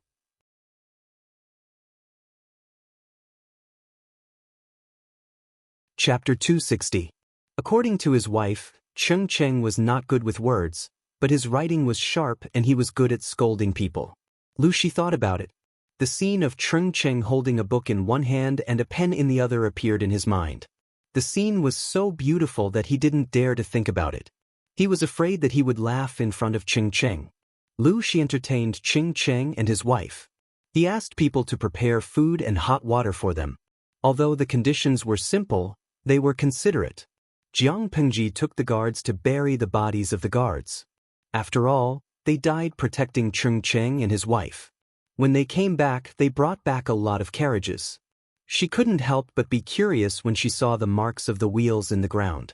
Cheng Cheng's life was no longer in danger. He was overjoyed when he saw that Jiang Pengji sent the carriages back. Regardless of the others, he went straight into the carriage and opened the boxes one after another. He was relieved to see that the treasures were safe. Cheng Cheng's wife smiled and joked, "It's time for you to change your temper. Otherwise, Lu County Chief and Lanting will laugh at you. No one will pick up these boxes if you throw them on the road, but you treat them as your lifeblood. People who don't know better will think that they are treasures." Cheng Cheng was a little embarrassed. He blushed because of his wife's teasing. After all, it was a little crazy to bring a few carriages of bamboo slips with him. Lu Shi helped Cheng Cheng out of the predicament. He knew how difficult it was to study nowadays. The bamboo slips in the carriages were not as important as one tael of gold for ordinary people. They were just a pile of bamboo slips for starting a fire. But for those who had foresight, they were priceless. It was hard to find one of them even with money. Cheng Cheng secretly smiled at his wife. There was a hint of pride on his face, which made people who saw him smile. Because Cheng Cheng was injured, he could not withstand any additional torment. In addition, the condition of the road was not smooth, so Lu Shi made the decision to prepare a carriage for the couple. The shock absorption system of the Lu's carriage belonged to the pyramid in this era. Cheng Cheng and his wife didn't know the reason at first. They didn't know Lu Shi's kindness until they got in the carriage. Privately, Cheng Cheng's wife changed the dressing on her husband's wound. She inadvertently talked about the bandits during the day. "Did you think of someone, my husband?" Cheng Cheng's face was gloomy, and he said with disappointment, "Alas, if I had to say who I offended today, it could only be that person, that person." Madame Cheng's eyes darted around as if trying to guess who that person was. "Meng Zhan from Zhangzhou." Cheng Cheng said hesitantly, "But I don't think Meng Zhan lives up to his name, but I don't think he's that vicious. He just heard some scandals." Why would he want to kill me? If Meng Zhan really wanted to kill him because of the scandal of exchanging a concubine for a legitimate wife, he wouldn't have left Sangzhou. Why would he wait a few months before settling the score? Some scandals? What scandal is it? Mrs. Cheng was confused. My husband is not a talkative person. Looking at the wounds on her husband's body, how could she not feel distressed? If she knew who was behind this, she would definitely not let them off easily. Didn't Meng Zhan lose his second son a while ago? On the surface, it is said that he is the son of his first wife, but in reality he might be the son of a concubine. Cheng Cheng did not hide anything from his wife. If it weren't for what happened today, he wouldn't have told anyone about it. Gossiping about other people's affairs was not what a gentleman would do. Mrs. Cheng was surprised. She didn't expect it to be like this. In today's era, there was a clear distinction between the legitimate wife and the concubine. Messing up the legitimate wife and the concubine could be said to be a minor offense, or even a minor offense could be said to have violated the law. The whole family would be despised and would never be able to lift their heads again. For a noble family like the Mengs, the higher the status, the more attention they would receive. Naturally, the consequences would be more serious if the scandal was exposed. It seemed that it was not impossible for Meng Zhan to hire a killer. However, Mrs. Cheng had the same opinion as Cheng Cheng. She thought the possibility of Meng Zhan being the killer was very low. Think about it? Maybe it was someone else. Cheng Cheng let out a long sigh. He racked his brains but still couldn't figure it out. He had to put it aside for now. They had planned to separate at the nearest station, but Cheng Cheng and Lu Shi had a similar temperament. They chatted happily. Under Lu Shi's enthusiastic invitation, the two families decided to go on the road together. It was a win-win situation, and it also saved Cheng Cheng and his wife some embarrassment. If they sent a letter to their family at the station, it would take at least a month for the family to send someone over. Lanting, are you interested in these books? Although they were on the road and the conditions were simple, Cheng Cheng's injury had been healed after a period of rest. The 6 Arts of a Gentleman was a compulsory course for scholars. Cheng Cheng naturally knew how to ride and shoot. After his injury was healed, he didn't want to stay in the carriage anymore, so he decided to ride a horse to get some fresh air. He found Jiang Pingji was staring at his bookcase, so he couldn't help but ask. Yes, I found that Uncle Cheng has more books than my father's study.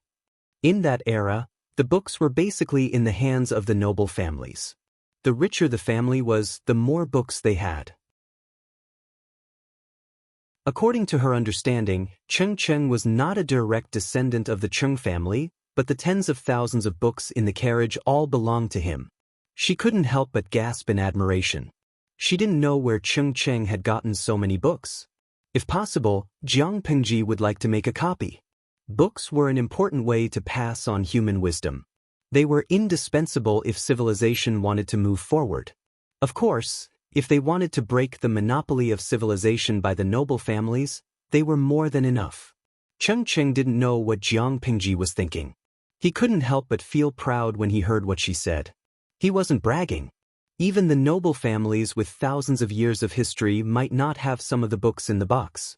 A small portion of these books are from my family's collection, and the rest are the remnant pages of ancient books that I've collected. Occasionally, when I hear that some houses have rare ancient books, I'll shamelessly visit them. At this point, Cheng Cheng's words became a little more vague. From this, it could be seen that the shamelessly visit he mentioned might be the kind that came uninvited. Over time, I've accumulated so many. Cheng Cheng's wife often complained about her husband. She said that she was not the legal wife, but a concubine. The books in the box were Cheng Cheng's legal wife. Although it was a joke, it showed how much Cheng Cheng liked the books.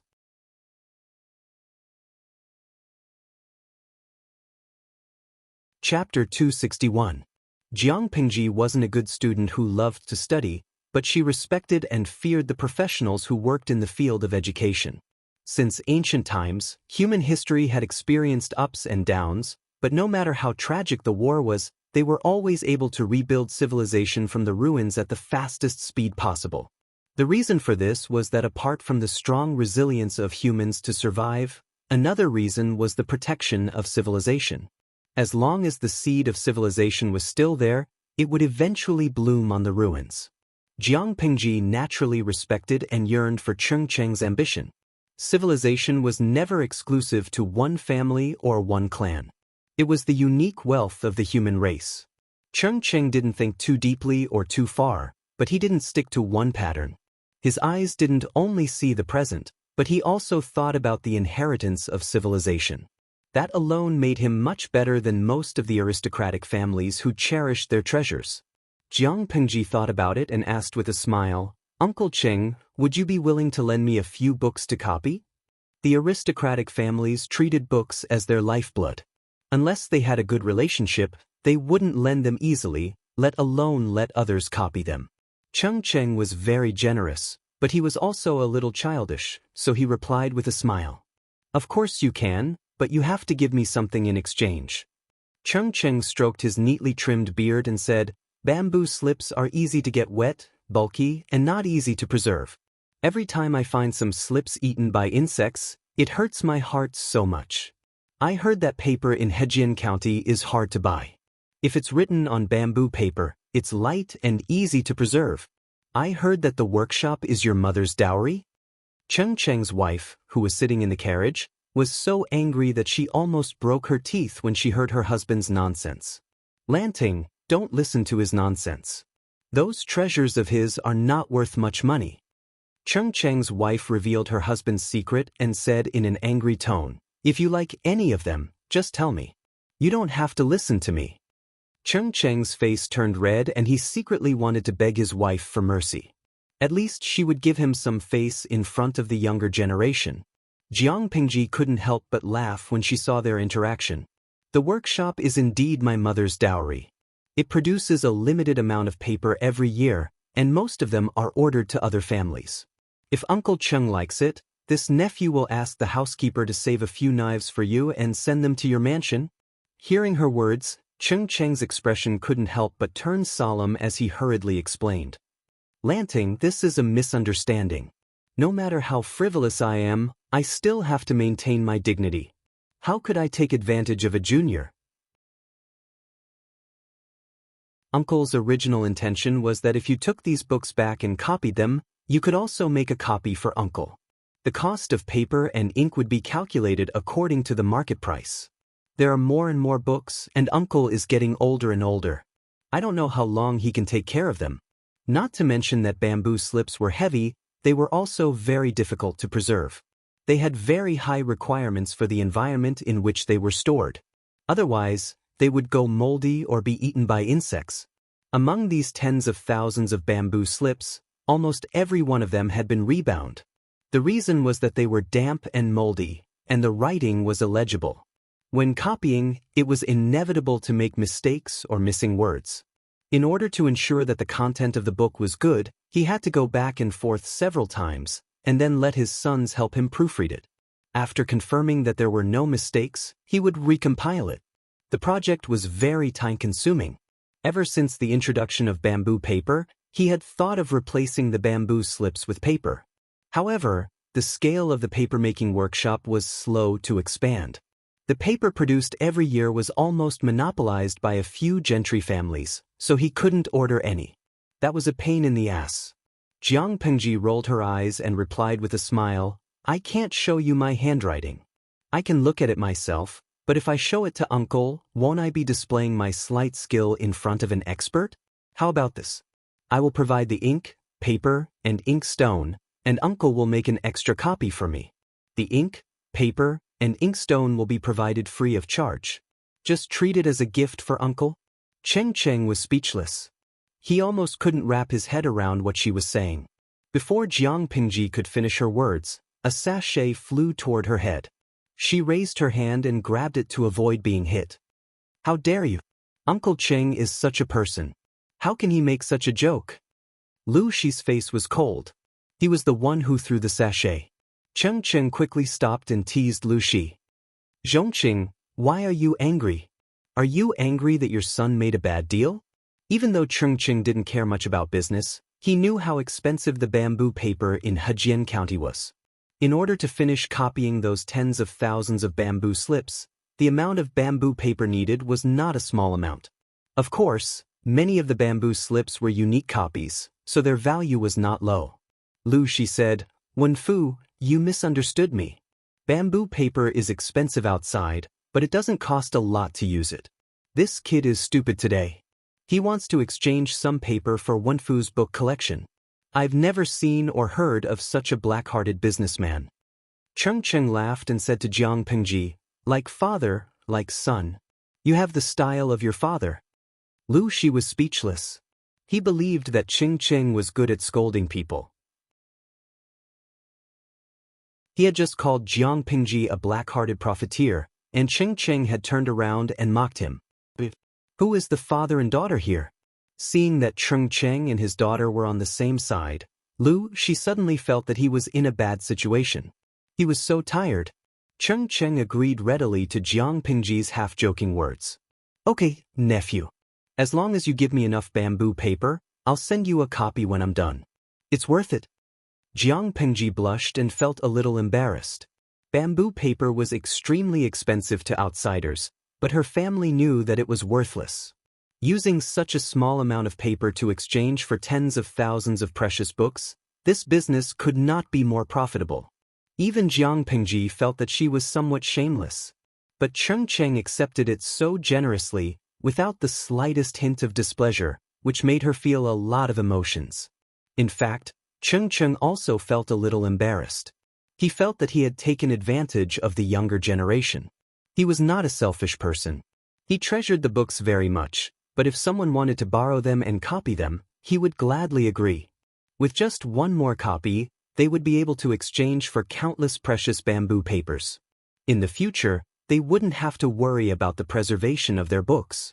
Thus, they would be able to solve their worries. It seemed that both sides had suffered a loss, but in fact, from another perspective, they had both benefited. In other words, the value of some things couldn't be measured by gold or silver. "Thank you, uncle. I'll cherish it."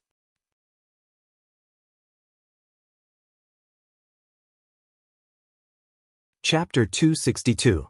After sitting in the carriage for so long, it was rare for Lu Shi to come out and relax his stiff and sore limbs. Otherwise, his muscles would protest. "In another half a day's journey, we will be able to enter the city. I haven't been here for a few years, but Shangjing is still bustling." The outside world was about to turn upside down, but the majestic Shangjing was still singing and dancing, which made Lu Shi, who was used to desolation, very uncomfortable. The imperial family of Dongqing had no other skills, but they were good at seeking pleasure and pretending to be peaceful. With such a weak and incompetent imperial family, it was no wonder that the Shangyang Palace could not be protected and was burned to the ground. Lu Shi's head hurt when he thought of the mastermind who burned down Shangyang Palace and massacred the imperial family.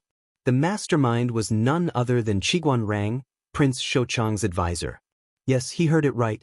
It was that Qiguanrang. A counselor of low birth, a treacherous character, ruthless methods, and a counselor whose loyalty had all been fed to dogs. Gumin didn't know much about history. Most of what she knew was from TV dramas, so she only remembered 3 things about Qiguanrang. First, he burned down Shangyang Palace and killed the men of Dongqing's imperial family. Second, he caused the empress to lose 3 cities in a row. Third, he set up a trap in the prison and caused the former master's good situation to collapse instantly. He lost everything and surrendered to the empress on the day the city opened. When everyone was pleading for mercy for their former master, hoping that the empress would spare the life of the former master, Prince Changsho, and just imprison him. This would also show off her benevolence. The empress asked for Qiguanrang's opinion, but he actually insisted on beheading him and eliminating the root of the problem. He even said a very famous sentence: "A good bird chooses a tree to nest in, and a virtuous minister chooses a master to serve. Since he betrayed me, why should I care about him?" Listening to him, it was as if he had been cheated on by Prince Changsho. Others would at most whine when they were cheated on, but Qiguanrang directly killed the old master's family. Although he didn't know why Qiguanrang knew his daughter early, it was still a good thing. Without the help of Qiguanrang, the timid and hesitant Prince Changsho wouldn't be able to do anything. When the sun was high in the sky, They finally saw the towering city wall. Lu Shi was lost in his thoughts. Cheng Cheng, who was riding parallel to him, used his hands to cover his eyes. Suddenly, he let out a sound of surprise and smiled faintly. Did you see someone familiar? Lu Shi followed Cheng Cheng's line of sight. In the distance, there was a luxurious carriage with a thin gauze draped over it. A blurry figure was sitting inside. Around the carriage stood hundreds of armored guards with long spears in their hands. In addition, there were a few young men dressed in Confucian robes with their hair crowns hanging high above their heads. Looking at the bows and quiver on the backs of the horses, it was not difficult to guess what these people were going to do next. It was likely that the noble sons of Xianxia were taking them to participate in the hunt, taking the opportunity to exchange feelings. With the assessment around the corner, this kind of activity was always particularly frequent. They seemed to be going on an outing to participate in some kind of gathering. Should Wen Fu go and say hello? Cheng Cheng thought for a moment, then shook his head. There's no hurry. Let's go into the city first. Considering the situation in Xianxia, Lu Shi asked the motorcade to move to the side to avoid colliding with people and causing unnecessary trouble. However, just because they didn't take the initiative to look for trouble didn't mean that trouble wouldn't come looking for them. Jiang Pingji started her live stream early that day. The audience in the live stream room received the news early in the morning and rushed over quickly. The room was full in an instant. Xianxia was a real ancient capital city. The degree of prosperity and extravagance wasn't something that a small rural place like Hejian County could compare with. Jiang Pingji rode on white leisurely. It looked like she was looking at the scenery, but in fact, she was chatting with the audience. Bing Tang Lemeng, #propping chin. As soon as I saw the road paved with bricks, I knew that the streamer was about to reach Xianxia. Ancient roads were mostly dirt roads or gravel roads. The former was wet when it rained, and the latter was bumpy. It was a huge project to pave a road with bricks of the same size, and it cost a lot of money. It was impossible to find such a good road if it wasn't a capital city like Xianxia or a big city with a developed economy. Tujio Chi Fan, I just want to get into the city as soon as possible. I want to see Xiangyang Palace, which the streamer said was Lingshao Palace in heaven, Xiangyang Palace on earth. I wonder how prosperous it is. I don't know if its scale is comparable to the Forbidden City. This is an authentic ancient palace building. Lao Cg Lianmeng, come on, Xiangyang Palace is a royal palace. Ordinary people can't even get close to the palace walls, right? At most, they can see the prosperity of Xianxia. It's not possible to see the whole of Xiangyang Palace. Host V, when the world is in my hands, you can see wherever you want. As soon as the words came out, the whole streaming room exploded. Streamer Zheng Shangwo, 666, do you feel the happiness of being spoiled by the domineering streamer? In Yuejia Zhuge Qinma, yes. Chun Lai, I'm so happy that I'm going to faint, okay? Zhu Gu Chesti, I've already fainted. I'm so happy that I don't want to get up. I need the streamer to kiss me to get up. De Wang Sen's Walai Ponchen, that's really exciting. Streamer, do you still need fangirls to warm your bed? Nai Deyita, go away, you little demons. The streamer is obviously talking to me. Unruly people. With the audience in the streaming room joking around, the journey wasn't boring. It was even a little interesting. Jiang Pingji didn't have a good impression of streaming, but she liked some cute little angels in the streaming room. Just as the corners of her lips curled up into a faint smile, the feeling of being spied on suddenly entered her brain, which made her smile disappear. Without thinking, Jiang Pingji quickly pulled out the longbow that was placed on the back of the horse. She quickly put an arrow on the bowstring and drew the bow to a full moon. Ha!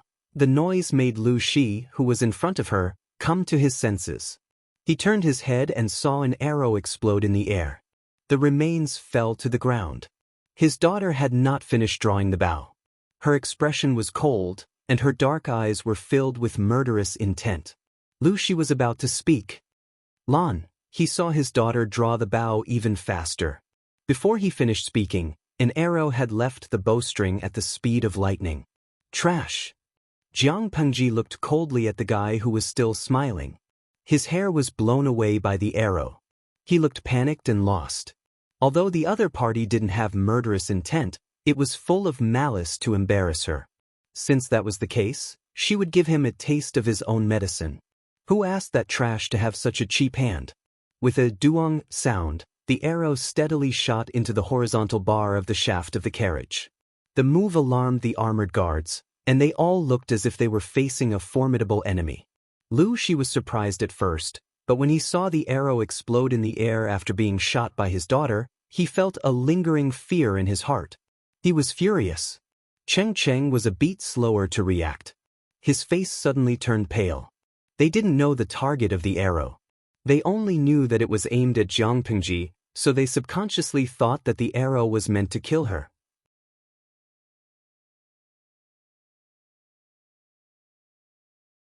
Chapter 263.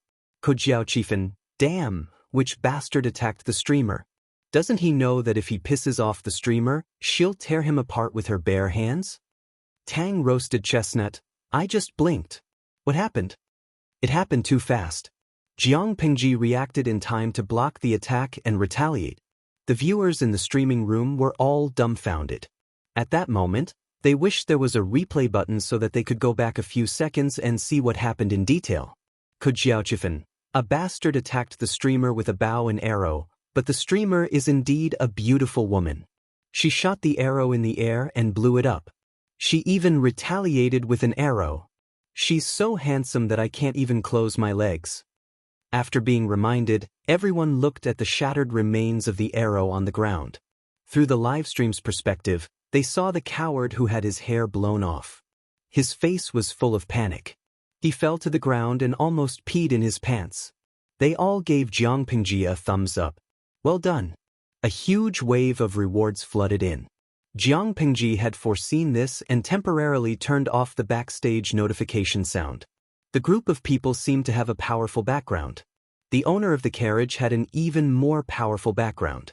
The armored guards all stepped forward and surrounded Jiang Pengji's group as if they were facing a formidable enemy. However, the troops were not to be trifled with. They immediately pulled out their broadswords and confronted them. Seeing that someone was about to be killed, Cheng saluted the group with a gloomy face. He spoke in a clear voice, which almost made Lu Shi kneel. What does Prince Changshu mean by this? Prince Changshu? Lu Shi was confused, but on the surface, he looked cold and emotionless. His eyes kept drifting in the direction of the carriage. The person in the carriage couldn't sit still after Cheng called out his identity. He asked someone to lift the veil, revealing a face of about 30 years old. What happened? He asked his attendants as if he didn't know anything. Your Highness, two Langjuns used an object in the distance as a target for fun, but they didn't expect a commoner to pass by on a horse and block the object. That commoner is extremely daring. He attacked the Langjuns in public and even alerted Your Highness. The attendant's voice was shrill, which sounded very harsh. Prince Changshu snorted and said coldly, a commoner attacking an aristocrat in broad daylight is a crime punishable by death. With just a few words, he had smoothed out the crisis that Jiang Pengji had faced previously. Instead, he had pinned a groundless crime on her head. At this moment, a young man who was accompanying them heard a familiar voice. He suddenly turned around, his eyes filled with surprise.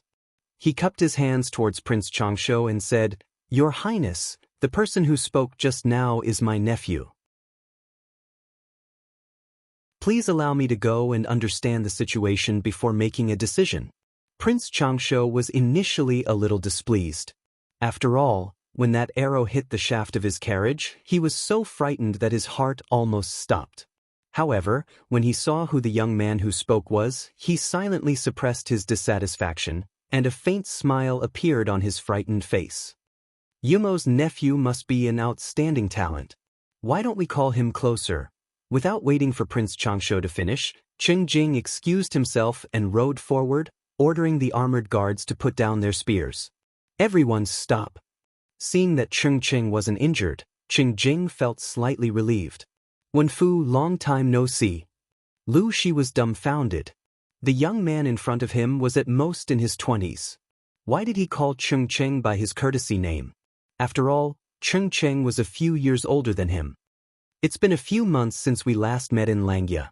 It has indeed been a long time. Yumo, come, let me introduce you. This is the county chief of Hu County, Lu Zhongqing. He is one of the extraordinary people in Dongqing that you always talk about. Now that you've met him, aren't you excited? Cheng Jing was dumbfounded, and Lu Shi was even more dumbfounded. As for Jiang Pingji, she already didn't know what to say. What happened just now? Why did you have a conflict with Prince Changshuo's guards? Cheng Cheng's face became gloomy again. Lu Shi's expression was even worse, which made Cheng Jing's heart skip a beat. TSK, let me tell you about it. Just now, there was a despicable person who aimed an arrow at my head. I only shot away his crown, which made him look like a clown. I was already being very polite. Why, Lang Jun, do you want to reprimand me indiscriminately? Jiang Pingji urged her horse forward. She didn't have a good impression of Cheng Jing or Cheng Yumo, whom Lu Shi had mentioned before. Cheng Jing looked embarrassed. Faced with Jiang Pingji's tough tone, he didn't get angry. Instead, he cupped his hands and asked, "May I know who this Lang Jun is?" Lu Shi put on a fake smile and said, "My only son. May I know the name of the despicable person just now?" He just wanted to make fun of them because they were tired from the long journey. Their clothes were unremarkable, and the decorations on their carriages were simple. If it were an ordinary merchant's carriage, they would probably have to swallow the humiliation. But since it was Lu Shi, the meaning was different. He deliberately emphasized the word only, and Cheng Jing suddenly realized that it was a serious matter. "You misunderstood me, Lang Jun. I am not the kind of person who does not distinguish between right and wrong." Cheng Jing smiled bitterly and said, "I was chatting happily with my friend just now, and I didn't notice what was happening around me." By the time I realized it, Lang Jun had already made that person lose face. Lu Shi's son was almost shot to death on the official road outside of Shangjing. He couldn't imagine what would happen if that really happened. Serves him right for being despicable. "Lang Jun, this has nothing to do with you. I won't ask you to speak for me, but I hope you won't plead for that person either." Jiang Pingji clicked her tongue. Although she didn't act arrogantly, her attitude was quite tough. A kind person would be bullied, and a kind horse would be ridden. The rule of the law of the jungle was even more straightforward in today's stratified society. If it wasn't her, but any other ordinary person, they would have fallen off the horse in fright. Maybe they would have been trampled by the horse's panicked hooves. White was a well-trained warhorse from the northern borderline. She had reacted calmly just now, which prevented a tragedy. Cheng Jing nodded and said, "Of course." Cheng Cheng snorted and said disdainfully, "Prince Changshuo?" Cheng Jing went back and told the identity of Lu Shi and his people. Not only did Prince Changshuo's expression change, but his attitude was completely biased towards Lu Shi and his people. The young man who accompanied them also looked as pale as a sheet. The two Langjuns who had been joking with each other were trembling and their lips were pale. How could they have known that those ordinary people, who looked like commoners, had such a powerful background? "Who asked you to be despicable? Who asked you to be despicable? Who asked you to be despicable?" The young man who had shot the arrow looked at his own hand with tears in his eyes. He wanted to go back in time and slap himself. Who in Dongqing was the most dangerous person to offend? Lu Shi was definitely on the list. He was this year's general evaluation officer, and they had almost shot his son. How could they expect him to give them good results? To be more serious, Lu Shi only had to move his pen and give them a bad evaluation. Their careers would be over. Even if they didn't enter the officialdom, it would be impossible for them to be famous scholars with just a title. Obviously, Lu Shi was not such a generous person.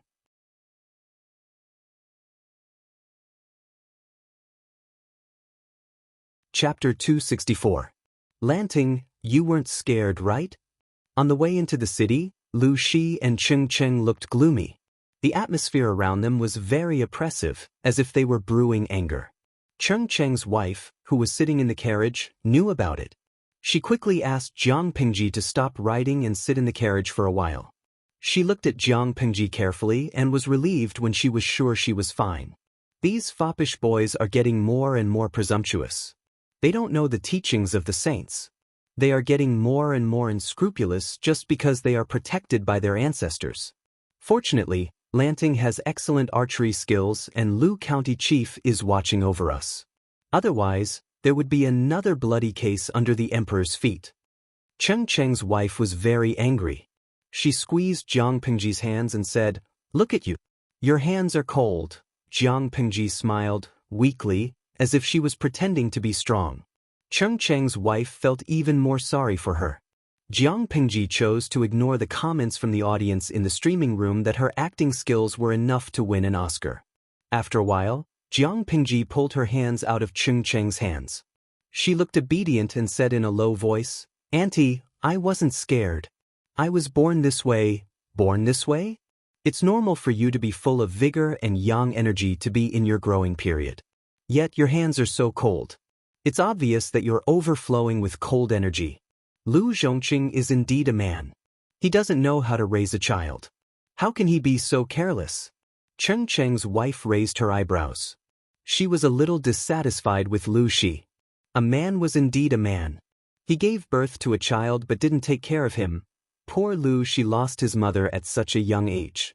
Who else would take care of a child so meticulously except for his biological mother? Jiang Pengji's smile froze a little, so Cheng Cheng's wife didn't notice it. "Didn't you ask a doctor to come to the mansion to recuperate?" Cheng Cheng's wife asked. Before Jiang Pengji could answer, she continued, "Lanting, you can't ignore your health just because you are young.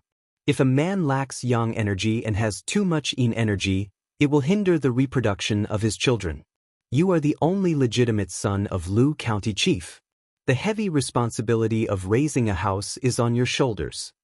Jiang Pengji was speechless. "Auntie, I do know a divine doctor of Wang Lin, who is very knowledgeable about health. That person is currently in Shangjing. When everything settles down, Auntie will take you to have a look. You're still young, so you don't have to be so shy about this kind of thing. You should be magnanimous." When the gentle person chanted, the power was comparable to the band-tightening spell. Jiang Pengji could not do anything about it. Other than nodding his head in agreement, he would occasionally mumble something. After waiting for a while, the convoy was finally allowed to enter Shangjing. After passing through the Vermilion City Gate, the bustling ancient city was like a beautiful woman with a veil covering her face. After a bout of shyness and anger, she was finally willing to slowly lift a corner of her veil, revealing a beauty that could captivate even the birds and beasts and outshine the moon and flowers. Lu Shi had sent a letter to Feng Ren a long time ago. He planned to stay and eat at Feng Ren's house for a while. Feng Ren also knew Lu Shi's temper. How could he refuse? As soon as they entered the city, a steward in fine clothes came forward and asked, "Are you from County Chief Lu's mansion?" "I am Lu Shi. I remember you, Xinda's manservant. Look at how you're dressed. You've been promoted." Lu Shi got off the horse. Even though he was facing a manservant, he did not have the arrogance of an ordinary aristocrat. The steward immediately felt honored, and a warm feeling flowed in his heart. He had been sent to wait for Lu Shi's carriage because he had seen Lu Shi's face before. He didn't expect Lu Shi to recognize him as well. It had to be known that this was a few years ago. At that time, the steward was just a servant who served tea. At that moment, the steward's face was full of smiles, and his attitude toward Lu Shi became more intimate. "Master has asked the mansion to prepare a courtyard for you. Please come with me." If Hejian County was said to be the pretty daughter of a humble family, then the prosperous and mighty Shangjing was said to be the daughter of a noble family who was dressed in luxurious clothes and had a head full of pearls and jade. She was graceful and elegant, and her appearance was so beautiful that it could cause the downfall of a city. At first glance, the houses were scattered in picturesque disorder, the streets were neat, and the people and merchants who came and went were dressed neatly. There was not a beggar in shabby clothes in the streets and alleys. It was as if this was what a prosperous ancient era should look like, but it was just as if. Jiang Pengji swept her gaze across. Her eyes, which were originally filled with some interest, suddenly became unhappy. "Let's go." I'll find out where Master Yuan Jing is staying later. After a short rest, I'll bring you to visit him. Although he couldn't bear to part with his daughter, Lu Shi knew that he would only make things worse if he helped her. She could only walk down that path alone. If he took Yuan Jing as his teacher, he would be able to make friends with many young elites. It would also be good for him to accumulate some capital in the future. At the very least, he would be able to keep a clean reputation. Jiang Pingji nodded. She had heard of Yuan Jing's name for a long time. Now that she was about to meet him in person, she wanted to see what was so special about him.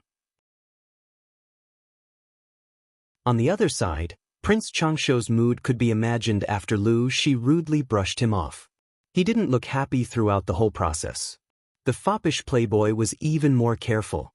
His expression was as gloomy as a bitter gourd, as if he would pout and burst into tears in the next second. Cheng Jing was especially disdainful of his attitude. As a man, he dared to take responsibility for his actions. Since he had the guts to make fun of the commoners, he should have been mentally prepared to kick an iron plate. He was proud of himself when he bullied the commoners, but he panicked after offending Lu Shi. His ugly behavior made people want to vomit. Cheng Jing glanced at the gorgeously dressed Langjuns at the gathering. Yes, gorgeously dressed. There was nothing wrong with the phrase. He hadn't been to Shangjing for a few years, and the atmosphere there had changed. Not only did the men put on makeup, but they also drew on their eyebrows, painted their lips, and dyed their cheeks red. They even had to deliberately tighten their waists. They walked like willows swaying in the wind. Every one of them was more delicate than a girl. If it wasn't for the fact that the General Evaluation Officer, Lu Shi, didn't like men who were too delicate, their outfits would have been even more unsightly. Cheng Jing really couldn't talk to those people, so he just sat in the corner and slowly drank his tea to calm himself down. As for the two whimpering Langjuns in the distance, he felt like he would go blind if he looked at them for too long. Yumo, why are you sitting here alone? Aren't you going to play with them? As he was feeling depressed, a wisp of light fragrance hit him. A young man in a mint green shirt sat directly next to him. The newcomer was tall and slender. His skin was as delicate as flawless white porcelain. He didn't put on any makeup, but he was better than a girl. He had bright eyes, red lips, and white teeth. He was truly a handsome young man. Cheng Jing didn't bother to look up. He knew who it was just by listening to the voice. What are you playing at? I don't want to look at you. My stomach still hurts. That's why you don't have your meals on time? Han Yu curled his lips and quickly took the fruit in front of Cheng Jing and stuffed it into his mouth. The slightly sour juice overflowed his mouth. He said with disgust, I gave you such a raw fruit. No wonder you have a stomachache. Cheng Jing's mouth twitched, and he continued to drink his tea.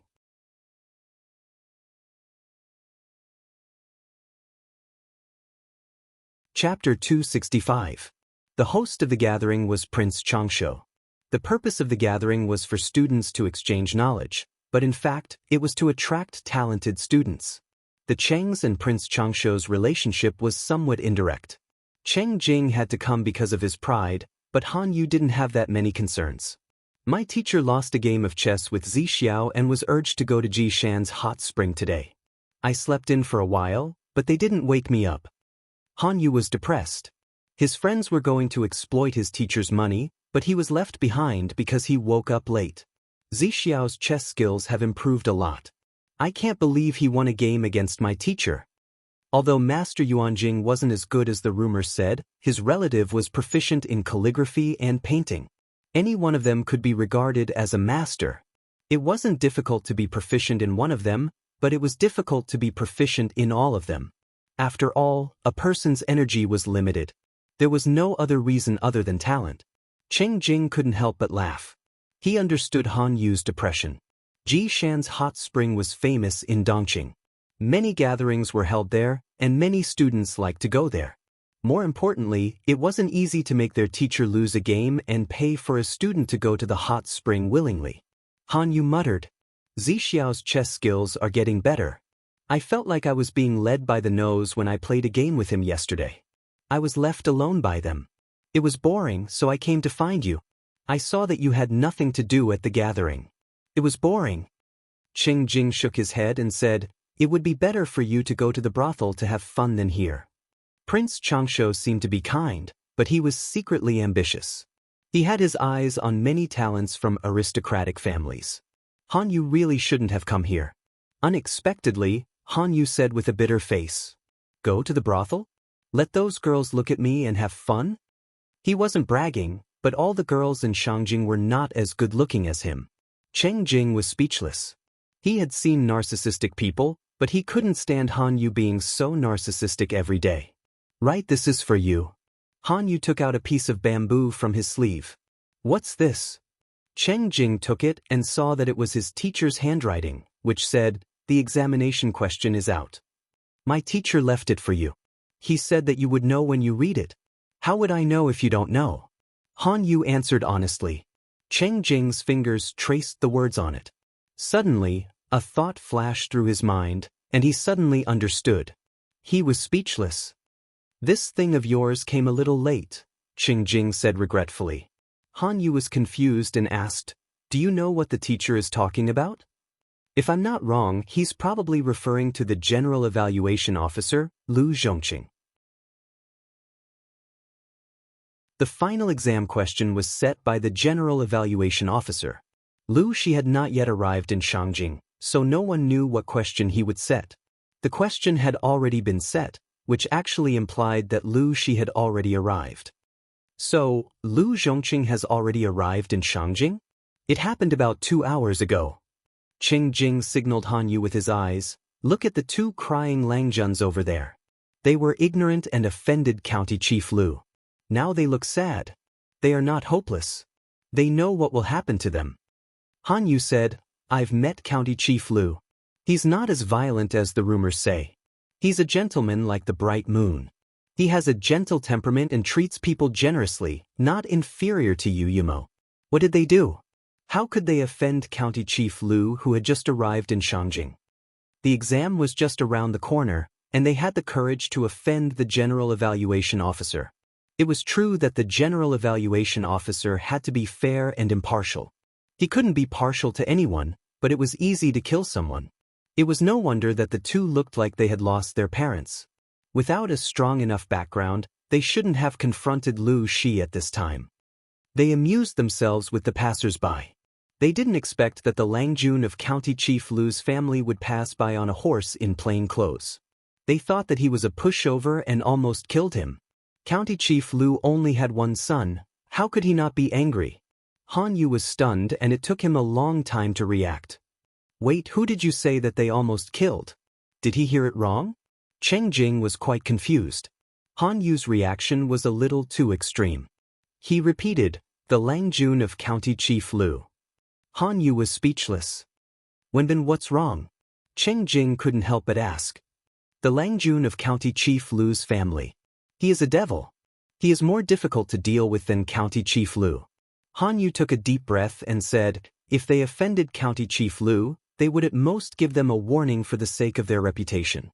But that Langjun kills without spilling blood. Cheng Jing was doubtful and couldn't believe it. How could it be? Judging from his behavior, he doesn't look like a person who cares about every little thing. Han Yu used to think so too. Until he left Hejian County, he heard all kinds of rumors one after another.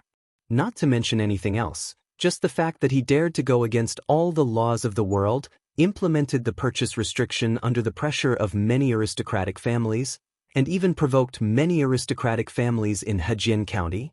Han Yu didn't dare to look down on the Langjun of the Lu County Chief's family. After asking Feng Jin for confirmation, Feng Jin gave him a firm answer that the purchase restriction must have been set by Lu Shi. It was not a big deal to seek death. It was a real ability to live well after seeking death. Let's wait and see. Those 2 are going to be unlucky. They will at least be hurt. Han Yu curled his lips as if he was watching a good show. His eyes were sparkling. Cheng Jing was speechless. He didn't know whether he was wrong about Lu Shi or Han Yu. Oh, I almost forgot something important. Han Yu quickly sat up straight. He suddenly remembered something important. Lu Lanting came to Shangjing with his father to find a master and study in Langyi Academy. According to County Chief Lu's style, he will go to the master as soon as he settles down. If I go there now, I might see something interesting. Qing Jing smiled. Master said a long time ago that he will only accept 4 disciples in his life. Now that the 4 are here, there are no more places. There was still hope for studying, but it was impossible for him to become a disciple. His master looked not only for talent but also for fate. Han Yu said as if he wanted to see the world in chaos. That's why it's worth watching. This gathering is so boring. It's either I flatter you or you flatter me. It's so boring. Instead of wasting time here, it's better to go and see that young Lang Jun. When are you going to rein in your jumpy temperament? Although that was what he said, Qing Jing was already convinced. He had had enough of this boring gathering. Instead of wasting time here, it was better to go to Jishan Hot Spring to drink, appreciate the flowers through the fog, and talk about poetry and painting. Jishan Hot Spring? Jiang Pingji arrived at the Lu mansion. She thought she would see her friend Feng Jin, who she hadn't seen for a long time, but she was told that he had gone to Jishan Hot Spring to enjoy himself.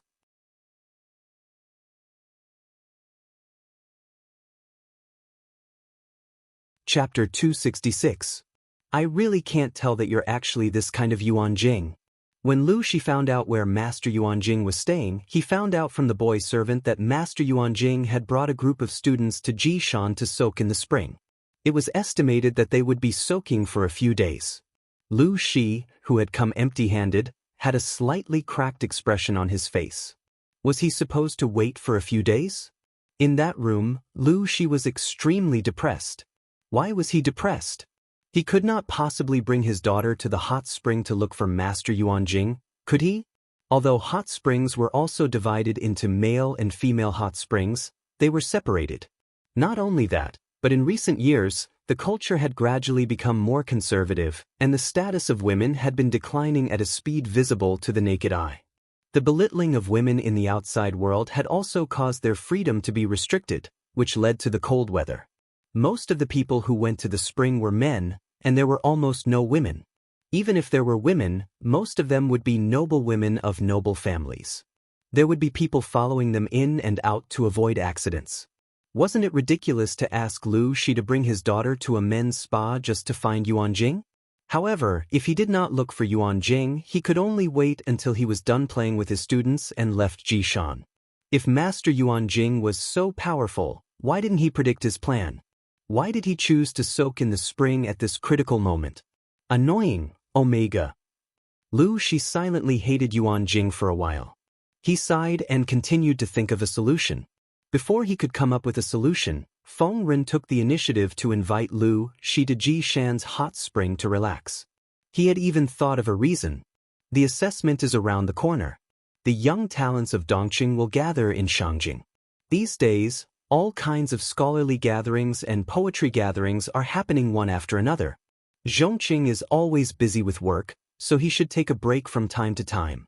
Ji Mountain is a popular place for scholarly gatherings and poetry gatherings. Why don't we go together?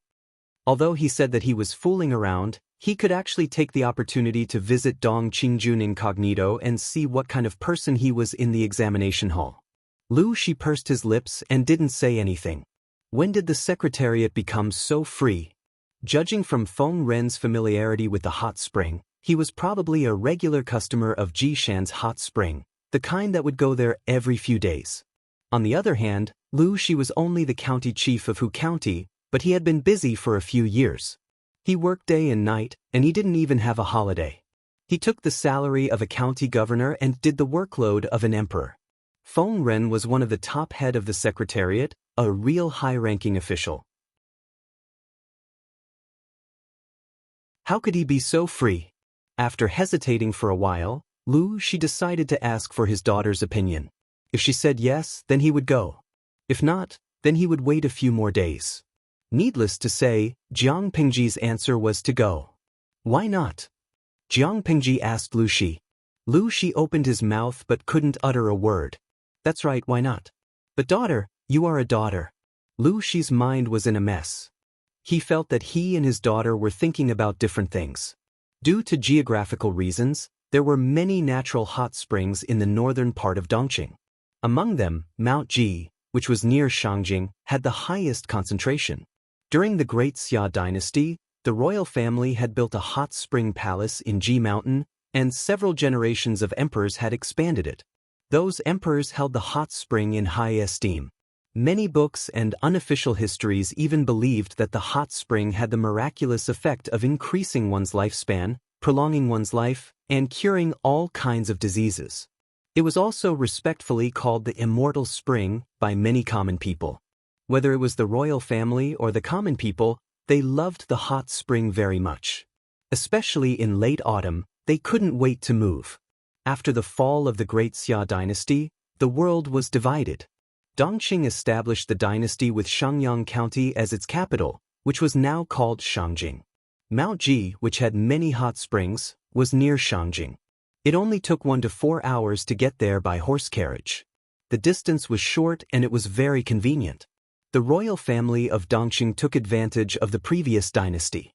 They slightly renovated the original hot spring palace and changed it into a new royal palace. Because 2 or 3 generations of emperors of Dongqing were incompetent, their goals in life were to seek pleasure and pleasure. Naturally, they paid great attention to the hot spring palace that brought them joy. They visited it 4 times a year, and each visit lasted at least a month. Each visit was a waste of manpower and money. There were many hot springs in the Ji Mountain range. The largest area was occupied by the royal family and became the Royal Hot Spring Palace. The other areas were occupied by various aristocratic families and wealthy merchants. They were converted into hot spring hotels of different sizes and served different guests. The rich and powerful could enjoy quality service, and the common people could also experience hot spring in ordinary hot spring hotels. Therefore, when the weather was cold, the hot spring hotels were especially popular. Mount Ji's hot spring was not just a place to soak in hot springs. After many years of development, it had long become a tourist attraction centered around the hot spring. Not only could one soak in hot springs, but there were also wine shops, tea houses, restaurants, and shops that sold all kinds of exquisite small goods. In addition, there were many scholars and beautiful ladies who held elegant poetry gatherings. There were even many brothels and brothels. At night, it was as bright as day. The Feng family's horse carriage drove all the way from the foot of the mountain to the mountainside. Finally, it stopped in front of an extremely luxurious mansion. When they got out of the carriage, there were already many luxurious horse carriages parked neatly around it. Upon closer inspection, there were all kinds of family emblems on the carriages. If it wasn't for Xianda leading the way, I would have thought that this was a mansion of a noble family. I couldn't tell that it was a hot spring hotel. Other than the common people, the other gentry families didn't build hot spring hotels to make money. They built them to provide a place for their children to have fun and enjoy themselves. The hot spring hotel that Lu Shi saw was many times more luxurious and larger than his Lu mansion. Extravagant and luxurious. Other than these 4 words, he couldn't think of a better way to describe it. This is under the name of Prince Changsho. It's said that it was built according to his mansion. During the evaluation month, it's open to all young talents for free. That's why it's the place that holds the most gatherings and poetry events. The more the merrier, the more the merrier. I'm just here to join in the fun. Lu Shi was speechless. Jiang Pengji, who was behind him, secretly chuckled. She didn't expect that such a mature guy like Feng Jin would have such an interesting father. Feng Ren's words were very clear. He came because the hot spring hotel was luxurious and exquisite, and it didn't cost him any money. Prince Changsho. Lu Shi frowned. He's so brazenly trying to win me over. He's really ambitious. Lu Shi had spent all his energy on Hu County in the past few years. He didn't pay much attention to the various forces in the court. Even though Gu Min had told him that Prince Changsho would be one of the contenders for the throne in the future, Gu Min's history was not good. She only remembered that the guy had been eliminated very quickly and was a coward who was too soft to listen to. The only famous advisor under him was Qiguan Rang. All this information had led Lu Shi astray. He had the impression that Prince Changsho was the same, cowardly, weak and useless. Feng Ren coughed and said in a low voice, "Let's go to the hot spring first before we talk about this." They picked up their bowls to eat meat and put down their chopsticks to curse. They hadn't enjoyed the free hot spring provided by Prince Changsho, so they didn't talk about it for the time being. If they wanted to talk about it, they had to wait until they enjoyed the hot spring. Lu Shi was speechless.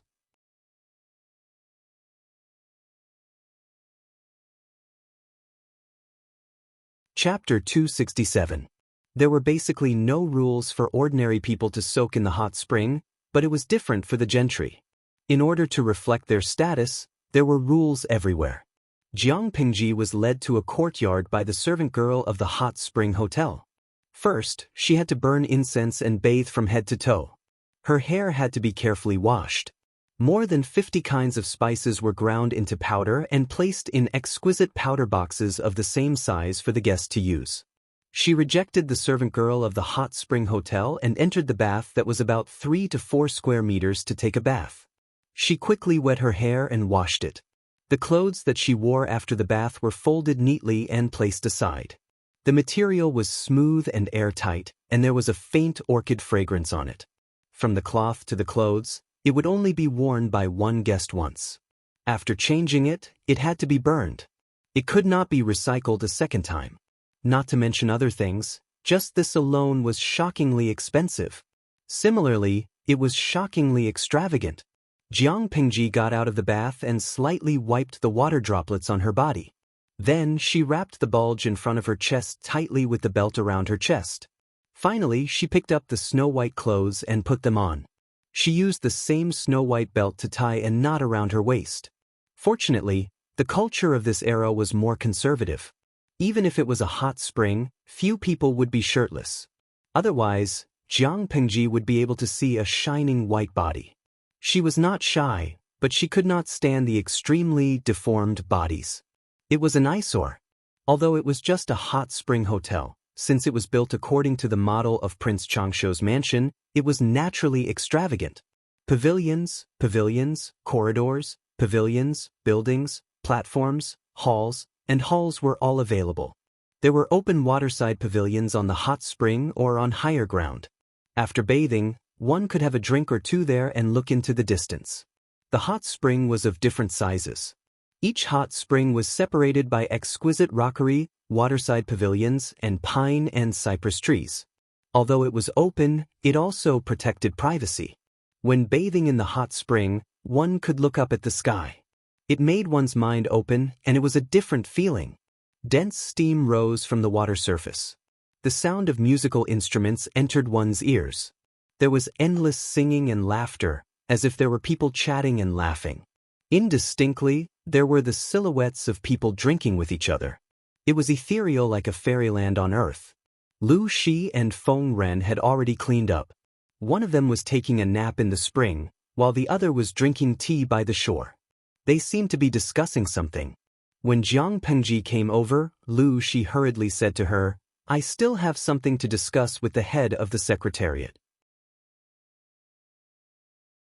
Lanting, go to another room. What a joke.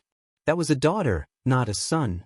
Jiang Pingji responded with a sound of agreement and allowed the servant girl to lead her to another unoccupied hot spring. Along the way, she saw many men who looked to be in their teens or 20s. Their faces were painted with exquisite makeup, and their lips were painted with rouge. Under the rising mist, their figures appeared graceful due to their delicate steps. Not only that, these people's clothes were always loose, revealing most of their chests. She silently moved her eyes away and clicked on the live stream. Eyes, I can't let her be the only one to suffer. Only a good host can bear hardships together. She gave herself a like, and the viewers in the stream were speechless. Originally, he thought that the live broadcast would be taking a break for a day. He didn't expect that the other party would start without warning, and the live broadcast was so unbearable. Lao Ciji Lianmeng, host, are you ready to drive? They didn't mind seeing the host pressing the handsome young man to the ground and ravaging him, but they did mind seeing a group of fat men with big ears, ordinary looks, and bodies full of fat torturing their eyes in front of the camera. In this world that values appearance, can you not be so cruel? Dashu Xiaobing, my eyes are going blind. Host, you are so cruel. Can you imagine? A fat pig in his 20s, whose height and body width were almost the same, walking with his waist twisting and turning like an orchid?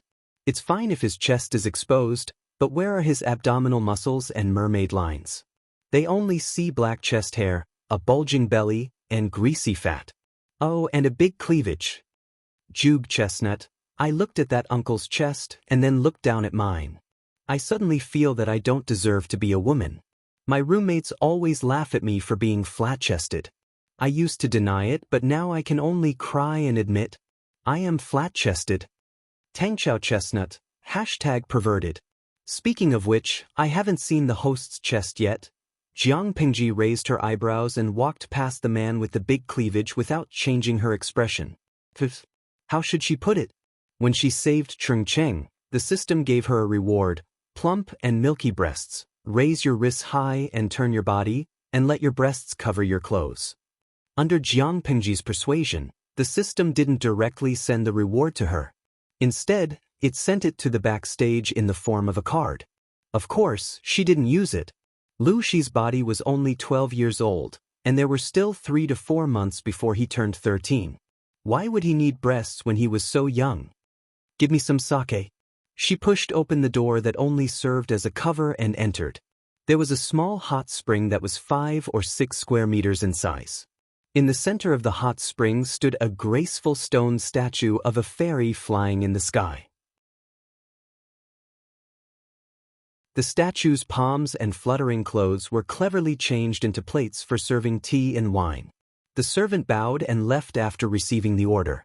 Jiang Pingji first tested the temperature of the hot spring with her fingertips, then she put her feet in and sat by the spring.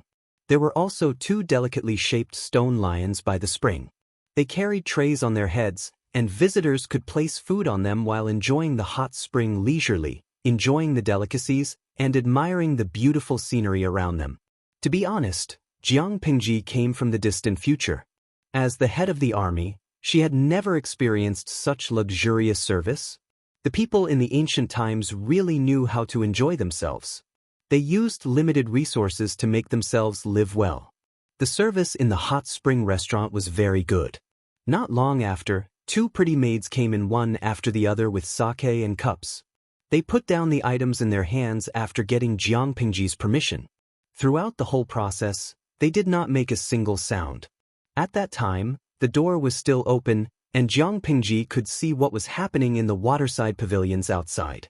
She pointed outside and asked one of the servants, "Not only do you have soaking soup here, but you also provide other things." The servant had a gentle and appropriate smile on her lips. She followed Jiang Pingji's line of sight, and her pretty face suddenly turned pale. The other servant was afraid that she would say something wrong, so she hurriedly said with a smile, "If you like it, I am naturally willing to serve you, Langjun." The servants were all carefully selected. Whether it was their appearance, the way they spoke, or the way they walked, they all looked like they had been measured with a ruler. In a place like the hot spring, although they were dressed very tightly, in front of a group of men who only wore a layer of clothing, it was more likely to cause an adrenal response. Of course, they were all literate people, so they wouldn't force themselves on them, but it was inevitable that they would take advantage of them. Frankly speaking, in the eyes of the men who came to the hot spring to enjoy themselves, these servants were not much nobler than the ladies in the brothels. Jiang Pingji curled her lips and revealed an indescribably frivolous smile. The servant didn't understand. She thought that Jiang Pingji wanted them to serve her, but then she saw Jiang Pingji pull her feet out of the water. She lifted a jar of wine with one hand, opened the seal, raised her head, and directly poured the entire jar of wine into her mouth. Occasionally, some of the wine dripped from her chin and slid down her neck. The 2 maids were a little stunned. They had never seen a Langjun drink so boldly and unrestrainedly. Jiang Pingji looked down at them with a clear look. "I am drunk." It was time to settle the score.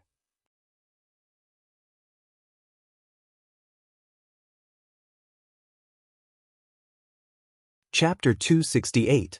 Langjun. You. The maids hurried forward, and Jiang Pingji drank a jar of wine in front of them. Although her eyes were still clear, her steps were a little shaky, and her figure seemed to be swaying as she walked. She looked like a typical drunkard. They didn't know if Jiang Pingji was really drunk, but they knew that if they didn't keep an eye on her, she would fall into the hot spring. If something happened to her, they would lose their lives. They couldn't let anything happen to her. Jiang Pengji avoided the obstruction of the two maids and left the hot spring.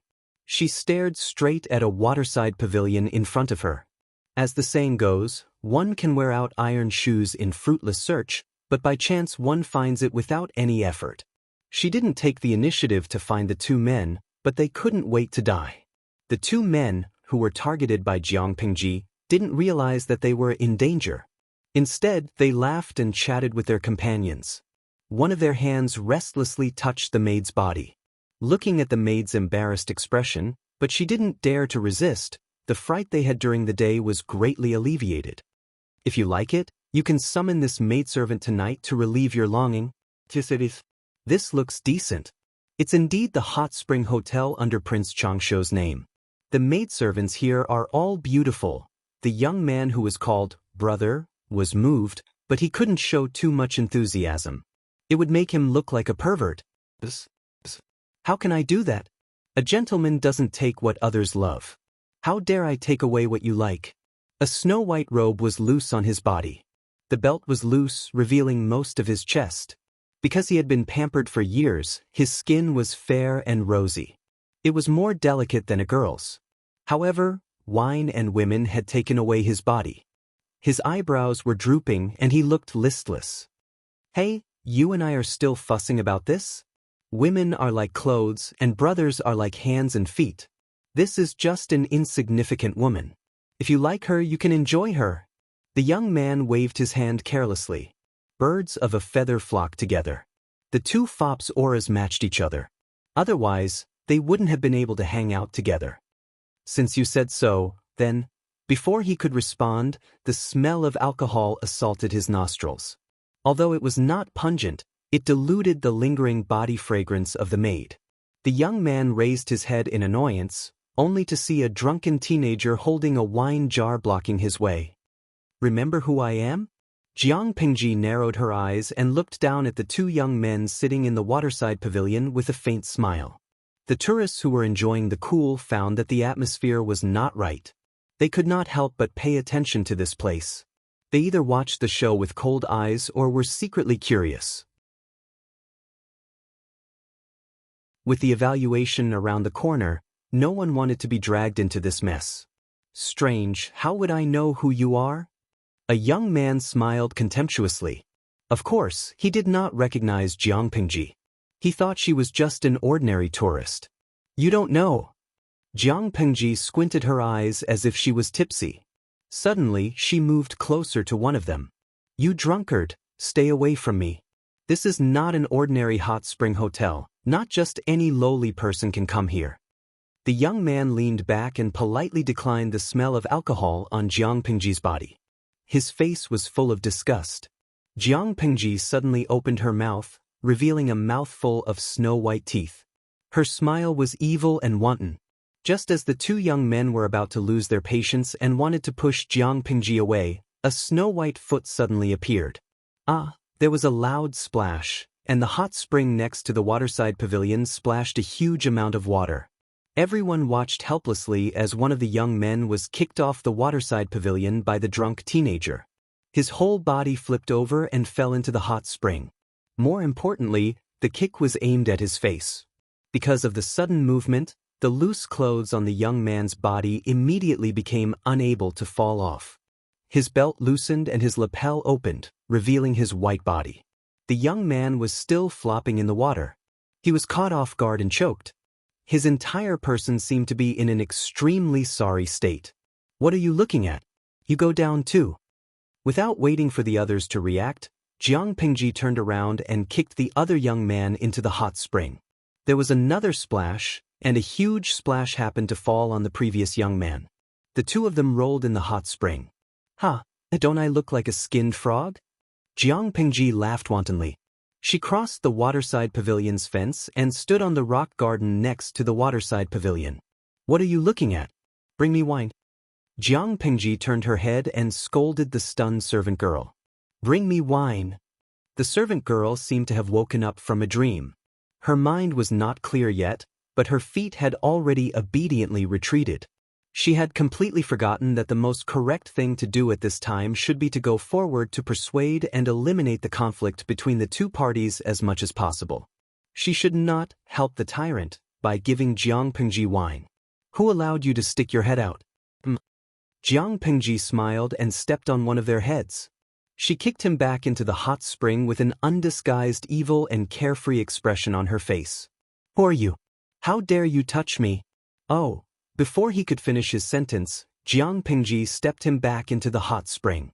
Caught off guard, he choked on his nose and mouth. Puma. Jiang Pengji took the wine jar that the servant girl handed over. She removed the seal and raised her head to drink a mouthful of wine. She quickly stepped on another person's head back into the water. The people who were watching the show could not sit still, but no one dared to stop Jiang Pengji. Among the two youths, which one was smaller? They were actually kicked into the hot spring by a teenager. Even if the stranger had the advantage of being caught off guard, it could be seen that he was not weak in martial arts. His leg skills were excellent. Looking at the teenager's appearance, it was obvious that he was half drunk and unconscious. If they went forward to stop the fight and were implicated by the other party without distinguishing between friend and foe, they would be humiliated and kicked into the hot spring as well. Wouldn't they want to die of shame? The heavens are watching what people do. Did your brains not come out of your mother's womb? You don't even know who you have offended, and you still have the face to threaten me. Who gave you the courage? Jiang Pengji scolded them sternly. Her eyes were sharp, and there was some hostility in them. With such a performance, no one dared to stop the fight. They could only call for the person in charge of the hot spring. Help! The two of them wanted to climb out of the hot spring, but Jiang Pengji's legs were faster than their reaction speed. Their brains were about to be kicked silly. In the end, they had no choice but to shamefully ask for help. Naturally, they could not avoid choking on a few mouthfuls of hot soup. As soon as they opened their mouths to ask for help, Jiang Pengji laughed even more arrogantly. She looked at them as if they were two mice in boiling water. Young Langjun, a man can be killed, but not humiliated. No matter how much hatred you have for these two, you should not be humiliated like this. Even if Jiang Pengji was drunk, such arrogant and humiliating actions still touched the sensitive nerves of many people. Jiang Pengji grinned and glared at the guy who begged for mercy.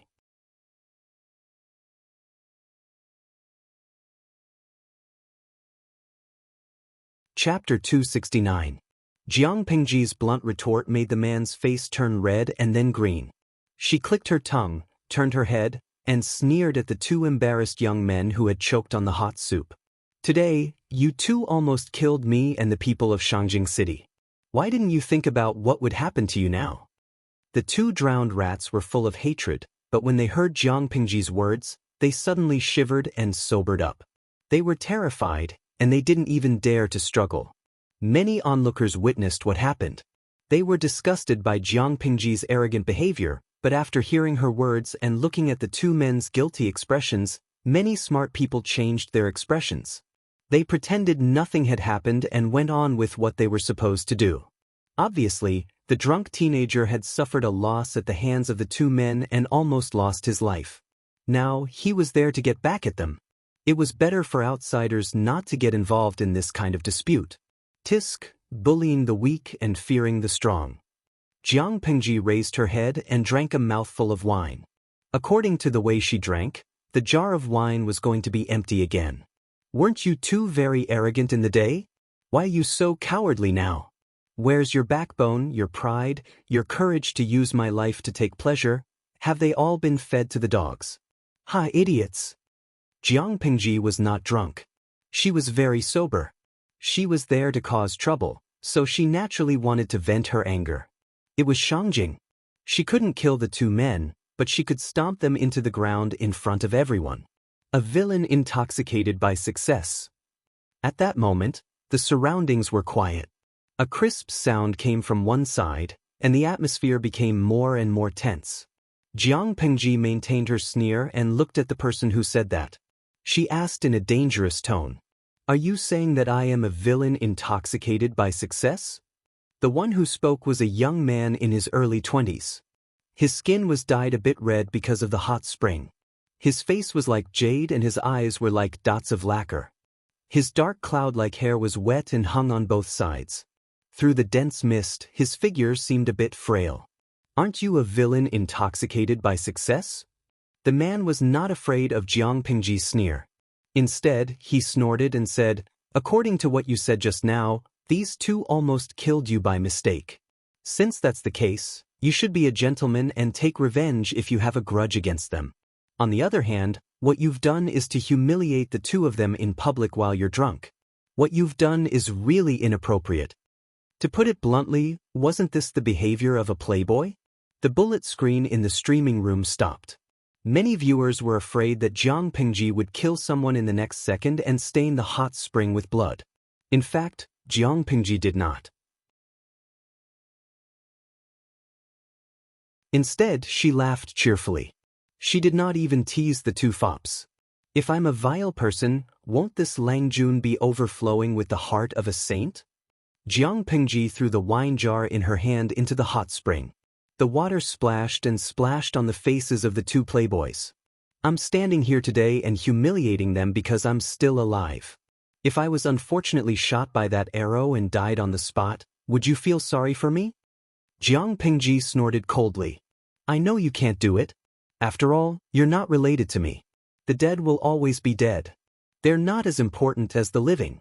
If you still want them to live, shut up or I'll kill them myself." The young man's face changed. He said, "You're really twisting words and forcing logic? You're taking advantage of your ancestors' influence to commit such crimes? You're wrong. They're taking advantage of their ancestors' influence to amuse themselves with the lives of the commoners. If the commoners die, they'll be scolded at most. No one in the King of Hell can uphold justice for the dead." Jiang Pingji suddenly raised her voice and said, "If you want to reprimand someone, you should first scold these two beasts who are worse than pigs and dogs, instead of speaking righteously to me. I'm just taking revenge if I have a grudge, that's all." "How can commoners be compared to gentry?" the young man retorted. Jiang Pingji was so angry that she almost laughed. She scolded him back. "Did a donkey kick you in the head?" The young man suddenly opened his eyes wide. He didn't expect Jiang Pingji to scold him so crudely. What was the difference between that and pointing at someone's nose and scolding them? This young Langjun is right. Zuda, you shouldn't confuse the truth just because commoners are cheap and gentry are precious. Although the young Langjun was reckless and impulsive, he was also a man of character. There was a reason for his actions, and he should be considerate. However, you've really crossed the line by scolding him so harshly. Zuda is thin-skinned. He can't stand such abuse. When the atmosphere was tense, a mellow laughter interrupted them. It was a little teasing. Jiang Pingji frowned and looked toward the direction of the sound. She saw a middle-aged man with gray hair and beard, but he didn't look old. He was hale and hearty, and his steps were light. When the man appeared, the young man's expression changed. He bowed to him and said respectfully, "Master. Are you the young Langjun of Lu County Chief's family?" The middle-aged man came to Jiang Pingji. His eyes seemed to have seen through everything. Jiang Pingji frowned. He said, "You're indeed a dragon among men. You look extraordinary." "Or you?" Jiang Pingji didn't even bother to pretend to be drunk because of the man. She looked at him with burning eyes. The young man, who was called Zuda, was dissatisfied with her arrogant behavior. His master was respected by everyone. When had he ever been stared at so rudely? Jiang Pingji's previous behavior left a bad impression on him. The young man hated her even more. The middle-aged man smiled kindly and raised his hand to stop the student. "I thought you should know. I'm not talented, so people give me a nickname, Yuanjing." "Yuanjing?" Jiang Pingji's mouth twitched. She didn't expect to see the legendary Master Yuanjing under such circumstances. He looked like an ordinary middle-aged man who had just finished soaking in the hot spring. He didn't seem to be as mysterious as the rumors said. Master Yuanjing laughed. He was quite optimistic. His eyes slightly curved like a crescent moon. "In Shangjing, a piece of tile can kill 3 high officials. Young Langjun, You're a newborn calf that's not afraid of tigers. You can do anything. Jiang Pengji clicked her tongue and said with a smile, "No, you're wrong. I still have my concerns. Otherwise, these two people would have been killed on the spot. They wouldn't have just drunk a few mouthfuls of hot spring water." After that, she thought of something. "Actually, according to what your students said, the gentry are more noble than the common people. But there are different levels among the gentry. Naturally, I'm more noble than these two people. They offended me, so no matter how I humiliate them, it shouldn't be wrong." The young man named Zuda was speechless.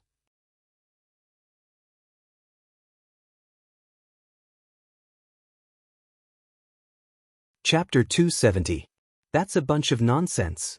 The young man was enraged by Jiang Pengji's words. It was hard for him to maintain his elegant demeanor. Jiang Pengji snorted. She looked at Master Yuanjing and then at the young man named Zuda. She mocked. "You said that I'm talking nonsense, but why don't you take a look at what's in your head? The sage said that the people are more important than the king. If the king is like this, how can the gentry be more important than the people? You said that I rely on my ancestors, but you can argue with me here because you have a good ancestor, right?" Jiang Pengji did not like the young man named Zuda. She realized that not only did he have the heart of a saint, but he was also retarded. The young man was speechless. Jiang Pengji spoke again, but this time, she was not talking to the young man. She was asking Master Yuanjing. "I thought that Master Yuanjing was famous, so he should be very careful when he accepted disciples. How could he be so old and blind that he accepted such an extreme and stubborn blockhead as his student?" She did not hide her disdain for the young man when she said that. This time, the young man was so angry that he couldn't even speak a word. His face was flushed red. He did not care how Jiang Pengji attacked him, but he could not let her implicate his respected teacher. Master Yuanjing was not angry. Instead, he looked at Jiang Pengji meaningfully. "Humans are not perfect. Even saints are like this, let alone ordinary people. As a teacher, you need to know that teaching is not discriminatory. Then you can teach, and solve doubts. Although Zuda is wrong, he has his merits. How can you just look at one side and deny everything about him? If what you said is true, Langyi Academy should be empty. I'm not a perfect teacher, and I'm not qualified to be a teacher." It was because of his shortcomings that he needed to learn. It would take more than 1 or 2 days to correct, not to mention a well-formed temperament. Master Yuanjing said calmly. There was even a smile on his face that made Jiang Pengji feel uncomfortable. If one had to describe his smile, it would be cunning. Master Yuanjing was respected by the people and the students. It was not only because he fought for the 3 cities from the royal court of the north borderline when he was young, nor was it because he was knowledgeable. More importantly, it was because he treated his students equally. Whether it was the son of a noble or the descendant of a peddler, in his eyes, a student was just a student. He would not look up to a student because he was outstanding or had a noble background, nor would he look down on a student because he was stubborn or had a lowly background.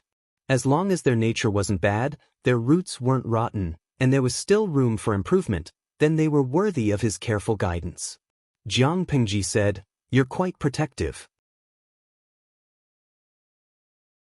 Mr. Yuanjing said calmly, "Zuda's nature isn't bad. He's just a little paranoid, but he can still change." Jiang Pengji squinted her eyes and said, "Oh." She suddenly raised her hand and pointed at the 2 people who were still in the hot spring and did not dare to come out. "In your opinion, what do you think about these 2 people?" When she asked this question, many people who were watching the show pricked up their ears, and the person in question even had his heart in his throat. Being targeted by Lu Shi meant that they were not fated to be officials, but if Mr. Yuanjing praised them, there was still a chance. Mr. Yuanjing suddenly smiled. He raised his hand and stroked his gray beard. His eyes were a little bright. It was said that one's eyes could reflect one's true age.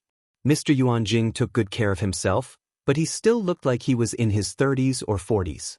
His eyes were clear and bright, with a deep wisdom. It was impossible to guess his real age just by looking at his eyes. Mr. Yuanjing had seen people who held grudges and aggressive people, but it was rare to see someone like Jiang Pengji.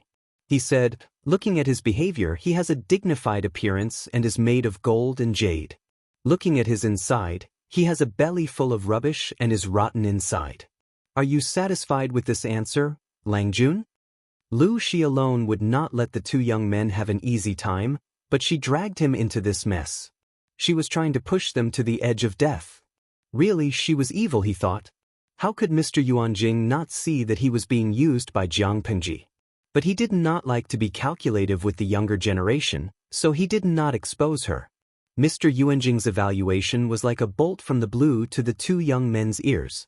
Although they were in the warm hot spring, they felt like they had fallen into an ice cellar. A terrifying chill spread from the soles of their feet to the top of their heads. Lu Shi had cut off their path to fame. Mr. Yuanjing's evaluation was enough to make them lose their footing in Dongqing. Jiang Pengji smiled with satisfaction. Her eyes were slightly curved like the bright crescent moon, which was similar to Mr. Yuanjing's. I drank too much just now. Please forgive me if I offended you. Mr. Yuanjing shook his head helplessly. She was taking advantage of the old man's age, but he was not blind. He could see clearly whether Jiang Pengji was really drunk or pretending to be drunk. It's okay. It's just that drinking hurts the liver. It's better for young people to drink less. Zuda, let's go. I'm sorry, master. I was rude today, so you were put in a difficult position by a kid. After leaving the waterside pavilion, the young man named Zuda hung his head low like a rooster who had lost a fight. He was unhappy. Mr. Yuanjing folded his hands in his wide sleeves. His footsteps were leisurely as if he was taking a stroll in the park. Zuda, look at that young Langjun. What do you think of him? The young man turned his face away. He was still angry. He has a sharp tongue and a bunch of crooked reasoning. Mr. Yuanjing did not comment. He raised his eyebrows and asked, "What else?" The young man was speechless. He could not say anything else for a long time. Mr. Yuanjing sighed and said, "You were blinded by anger and resentment, which affected your judgment. This is a taboo for a strategist. You can't judge a person by his appearance. You have to observe his words and actions carefully. You have to find out the reason behind it. Otherwise, even if that young Langjun is a dragon among men, you won't be able to see him. Isn't it a pity?" He spoke calmly. His tone was like he was talking about family matters and not lecturing a student. The young man was not convinced. "Did you say that the young man is a dragon among men? Such a high evaluation?" Mr. Yuanjing stopped and turned his head to smile at the young man. "Not even 1 in a million." The young man was speechless. "It's just that this person is too stubborn and easy to break. His temper is so flamboyant. It's easy for him to get into trouble." Mr. Yuanjing pondered and sighed. "He's like a piece of unpolished jade. Although he has natural beauty, he hasn't been carefully carved. People don't know his inner qualities, so they treat him like a stubborn stone. More importantly, she had the mandate of an emperor, but she was a girl." Mr. Yuanjing secretly raised his eyebrows when he thought about that. The old man was not blind. He could tell if Jiang Pengji was a boy or a girl. Since Mr. Yuanjing was so sure about Jiang Pengji, the young man could calm down no matter how unconvinced he was. He looked at her objectively. He muttered and felt slightly wronged. "I'm blind. I only see that this person is arrogant and bullying the weak." Mr. Yuanjing smiled like a naughty child and teased him. "So, I'm your teacher and you're my student." The young man was speechless.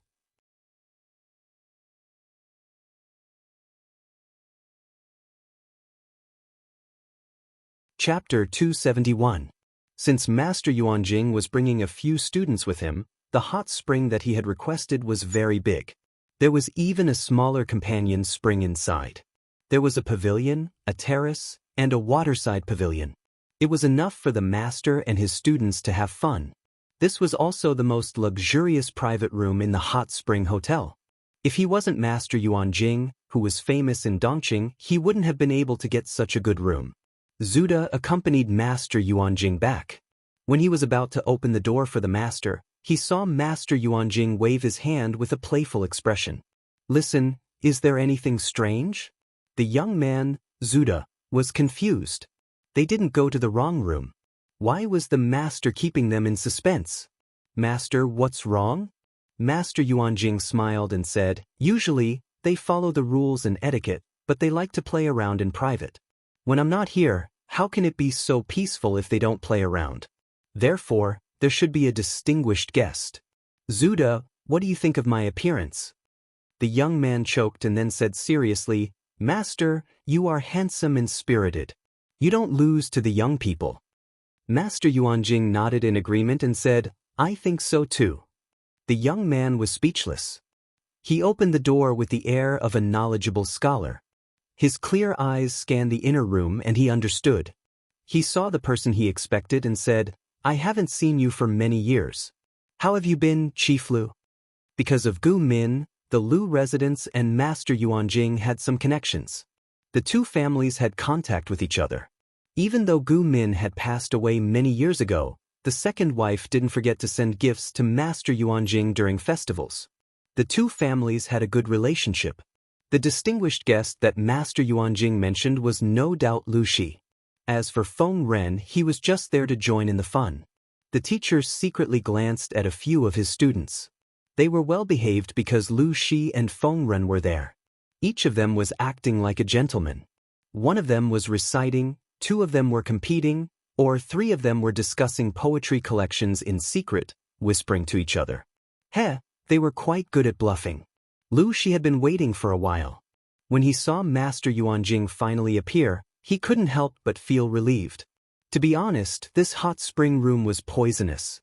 Any student who mentioned it seemed to be famous in history or unofficial history. He felt a little pressured. He went forward to greet Master Yuanjing, and the two of them sat down. Before Lu Shi could speak, Master Yuanjing said, I know why you're here, County Chief Lu. Lu Shi opened his mouth and swallowed the polite words he wanted to say to warm up the situation. He asked, since that's the case, what do you think?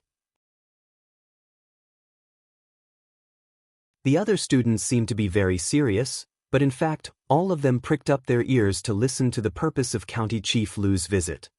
I have said before that I will accept 4 people as my disciples according to fate.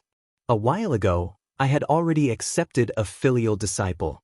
4 people have reached the age limit, so I will not accept any more disciples. Your son is a dragon among men. If you don't mind Langyi Academy, you can come and study here. You are most welcome. Master Yuanjing shook his head, but he did not look regretful. Moreover, even without Zixiao, your Langjun and I are not fated to be master and disciple. Lu Shi felt a little annoyed. He hadn't said anything yet, but the old man in front of him had already said everything he could. However, he didn't force it. His initial plan was to go to Langyi Academy and leave everything else to fate. Now, it could be said that his wish had been fulfilled. That's good. Then I'll temporarily entrust this mischievous son of mine to Mr. I hope Mr. will take good care of him. Master Yuanjing said half-truthfully, your son is full of anger. If I don't take care of him, my Langyi Academy will be overturned. Lu Shi's facial expression changed slightly when he heard that. If others heard Master Yuanjing's words, they would definitely think that Master Yuanjing despised Lu Shi's son for being naughty or difficult to discipline. But Lu Shi understood what Master Yuanjing was implying. Master Yuanjing and Master Liaochen seemed to be able to see that Lanting's fate was extraordinary. Master Liaochen once said that there were less than 5 people in the 5 kingdoms who could see the emperor's aura around Jiangpingji. However, his daughter seemed to be unlucky. Not only did she meet Master Liaochen, but she also met Master Yuanjing. I am not a talkative person. You can rest assured, County Chief Lu. Master Yuanjing saw through Jiangpingji's physiognomy, but he did not expose her.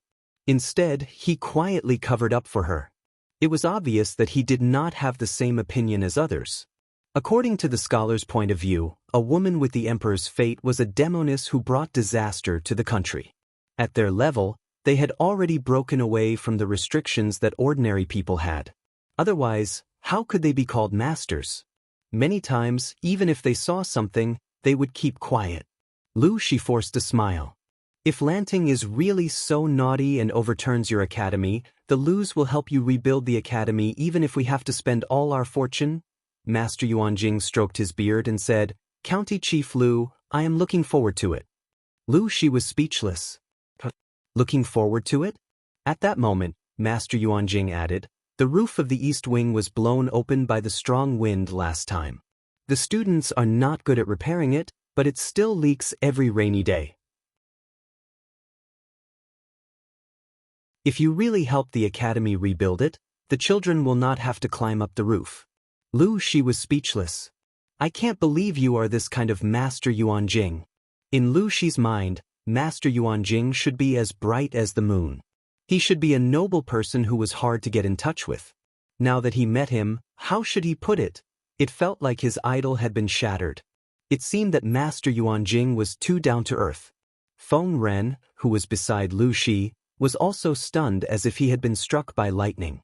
No one would have thought that Master Yuanjing, who was said to be otherworldly, was like an old child in reality. If that's the case, I will go and call my son here so that you can take a look at him. Master Yuanjing smiled and said, there is no hurry. I have just seen the little Lang Jun outside. He is indeed a bright and healthy child. There is no need to trouble you, County Chief Lu. I will let my students run errands for you. Why don't you play a game with an old man like me? For some reason, when Lu Shi heard Master Yuanjing talk about his daughter like that, he suddenly felt uneasy. It was understandable that he had a bright and clean face, but where did he see that he was healthy and healthy? Not only was Lu Shi confused, but the young man from Zuda University who followed Master Yuanjing was also confused. How could that rude teenager be the Lang Jun of County Chief Lu? Then I will have to trouble you. Lu Shi looked calm, but he felt a little uneasy. He felt that his daughter was stirring up trouble again. Zuda, go and make the arrangements. I will have a game with County Chief Lu. Everyone knew that Master Yuanjing was proficient in music, chess, calligraphy, and painting. But his students knew that Master Yuanjing loved to play chess. He would often play chess and entertain himself for the whole night. Master Yuanjing held a black chess piece with his back facing the door. It was as if he had eyes on the back of his head. He said to the young man who had just crossed the door, Zixiao, go and call for the number 3 Tianzi room in the Fanghe courtyard. Tell her that the little Longjuan's father wants her to come here. The young man seemed to have just finished bathing. His black hair was wet and his shoulders were wet. Hearing his master's order, he didn't doubt it. He lowered his eyes and agreed. That little friend is also Master Yuanjing's student? Lu Shi looked up and almost threw the chess piece. He even forgot to ask a question.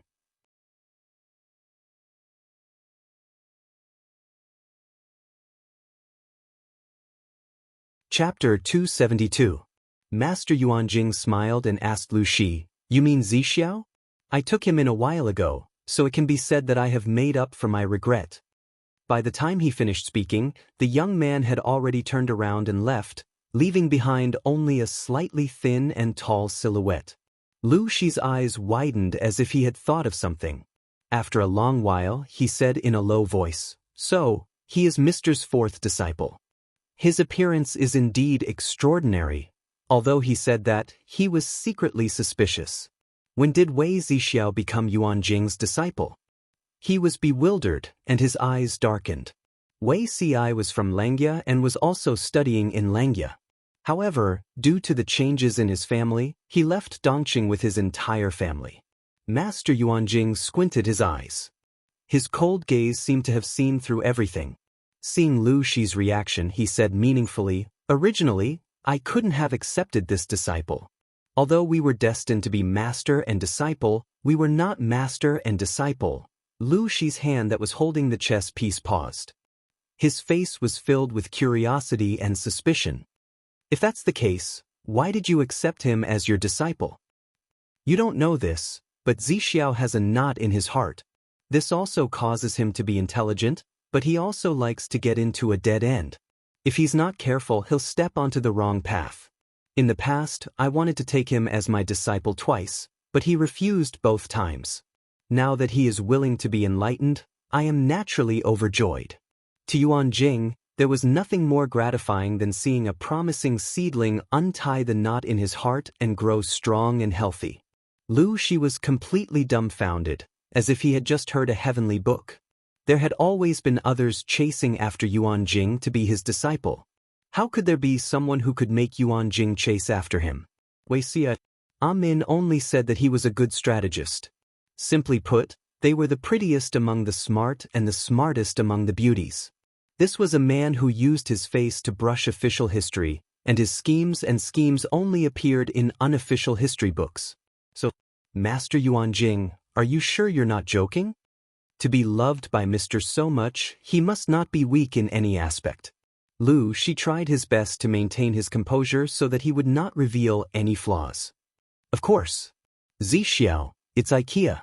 Lu Shi and Feng Ren, who was watching the game, were speechless. Wait, IKEA?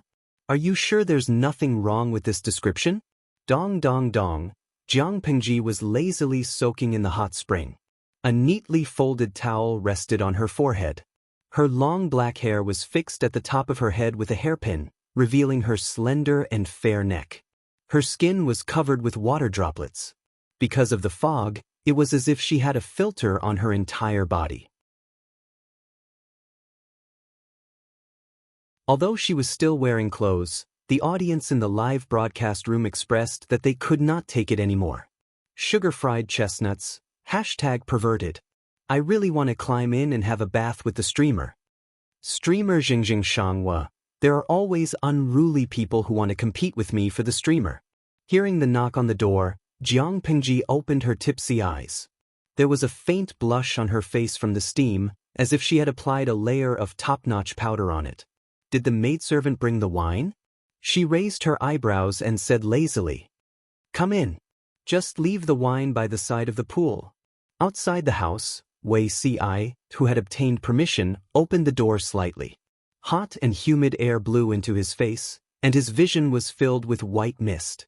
The audience in the streaming room was the first to notice the abnormality. At that moment, Jiang Pengji was still lazily half-lidded. One chestnut, "Host, stop sleeping. There's a strange man coming in. Be careful." Lao Cg Lianmeng, it's a man, not a maidservant. "Host, don't sleep over. Be careful not to be taken advantage of." Wei Feng Tang Tang, "Host, stop sleeping. Get up quickly." Someone reminded Jiang Pengji. Naturally, there were also people who noticed the strange man's appearance. But in a flash, the bullet screen full of infatuated fans covered all the reminders. It was an unprecedented grand occasion. Looking at the changes in the bullet screen, Jiang Pengji frowned slightly. She did not need to turn her head to guess the person's magnificent appearance. The audience in the streaming room did not have any other good points, but they had a normal sense of beauty. Not every beautiful face could make them lick the screen. "You seem to have entered the wrong door," Jiang Pengji said without turning her head. She supported herself with both arms by the side of the pool and relaxed her whole body. The strange man outside did not come in. Instead, he lowered his head and spoke in a low voice. His voice was between a teenager and an adult. "I am Wuxia. Your father has summoned you to Tianzi room number 1 in the Rose Garden." Hearing that, Jiang Pengji suddenly turned her head to look at the man. She asked, "Are you talking about my father?" Wuxia's body stiffened imperceptibly. He suddenly lowered his head and immediately returned to normal. It was as if the abnormality had never occurred. He said with certainty, "Yes, your father is playing chess with my master. He specially ordered me to come over and pass on the message." Jiang Pengji secretly rubbed the area between her eyebrows. Although it was very comfortable to soak in the hot spring, one could not soak in it for too long. "Why are you so reserved, Langjun? Wait a moment. I will go with you after I tidy up." "It's okay. Help yourself." The next second, the door closed again. There was a vague shadow at the door. It was obvious that the person had not left. Seeing that, Jiang Pengji frowned but did not say anything. Climbing out of the hot spring, she temporarily closed the streaming room. After a simple wipe, she changed into a dry robe. After doing all that, she reopened the streaming room and pushed open the paper door at the same time. She said to Wuxia, who was kneeling at the door, "Please lead the way, Langjun." At that moment, without the cover of the fog, Wuxia's appearance was clearly visible to her. Seeing him in person, she could understand why the look-alike person in the streaming room was so excited. His long, black hair was warm and damp. It draped over his shoulders, leaving wet marks. The ends of his hair were dripping with water droplets. His face was like jade and his skin was like fine porcelain. Because of the heat, his cheeks were a little flushed, giving people a slightly intoxicated feeling. His hair was like a knife, his eyebrows were like ink, and his pure black eyes were cold and calm. When he looked at Jiang Pingji, he did not reveal the slightest emotion. It was as if he had emptied his mind. Not to mention anything else, just this alone made Jiang Pingji feel that it was interesting. It seemed that she had just met this young man for the first time. Why did he have such a high level of vigilance against her? Her eyes turned and a plan came to her mind. Jiang Pingji knelt on one knee and moved slightly closer to the young man. Her pair of eyes that seemed calm could not help but ripple. If it wasn't for the fact that you have an Adam's apple and don't have ear piercings, I would have thought that you were a young lady. You actually came to the hot spring alone. Wei Si's face was cold. He leaned back slightly and distanced himself from Jiang Pingji. He frowned slightly in displeasure. Young Langjun, this joke is a little too much. I don't like people talking about my appearance for fun. Jiang Pingji stood up and crossed her arms in front of her chest. I was obviously praising you for your good looks. Wei Si pursed his lips tightly and stood up to lead the way. He said coldly, I am a man. It is really rude to compare me with a woman. Jiang Pingji was speechless. Oh, he has quite a temper. Lanting. A familiar yet slightly doubtful voice interjected. You're tuning in to the Wang Lin's Journey YouTube channel. Don't forget to subscribe and join us on this journey to catch the most captivating stories.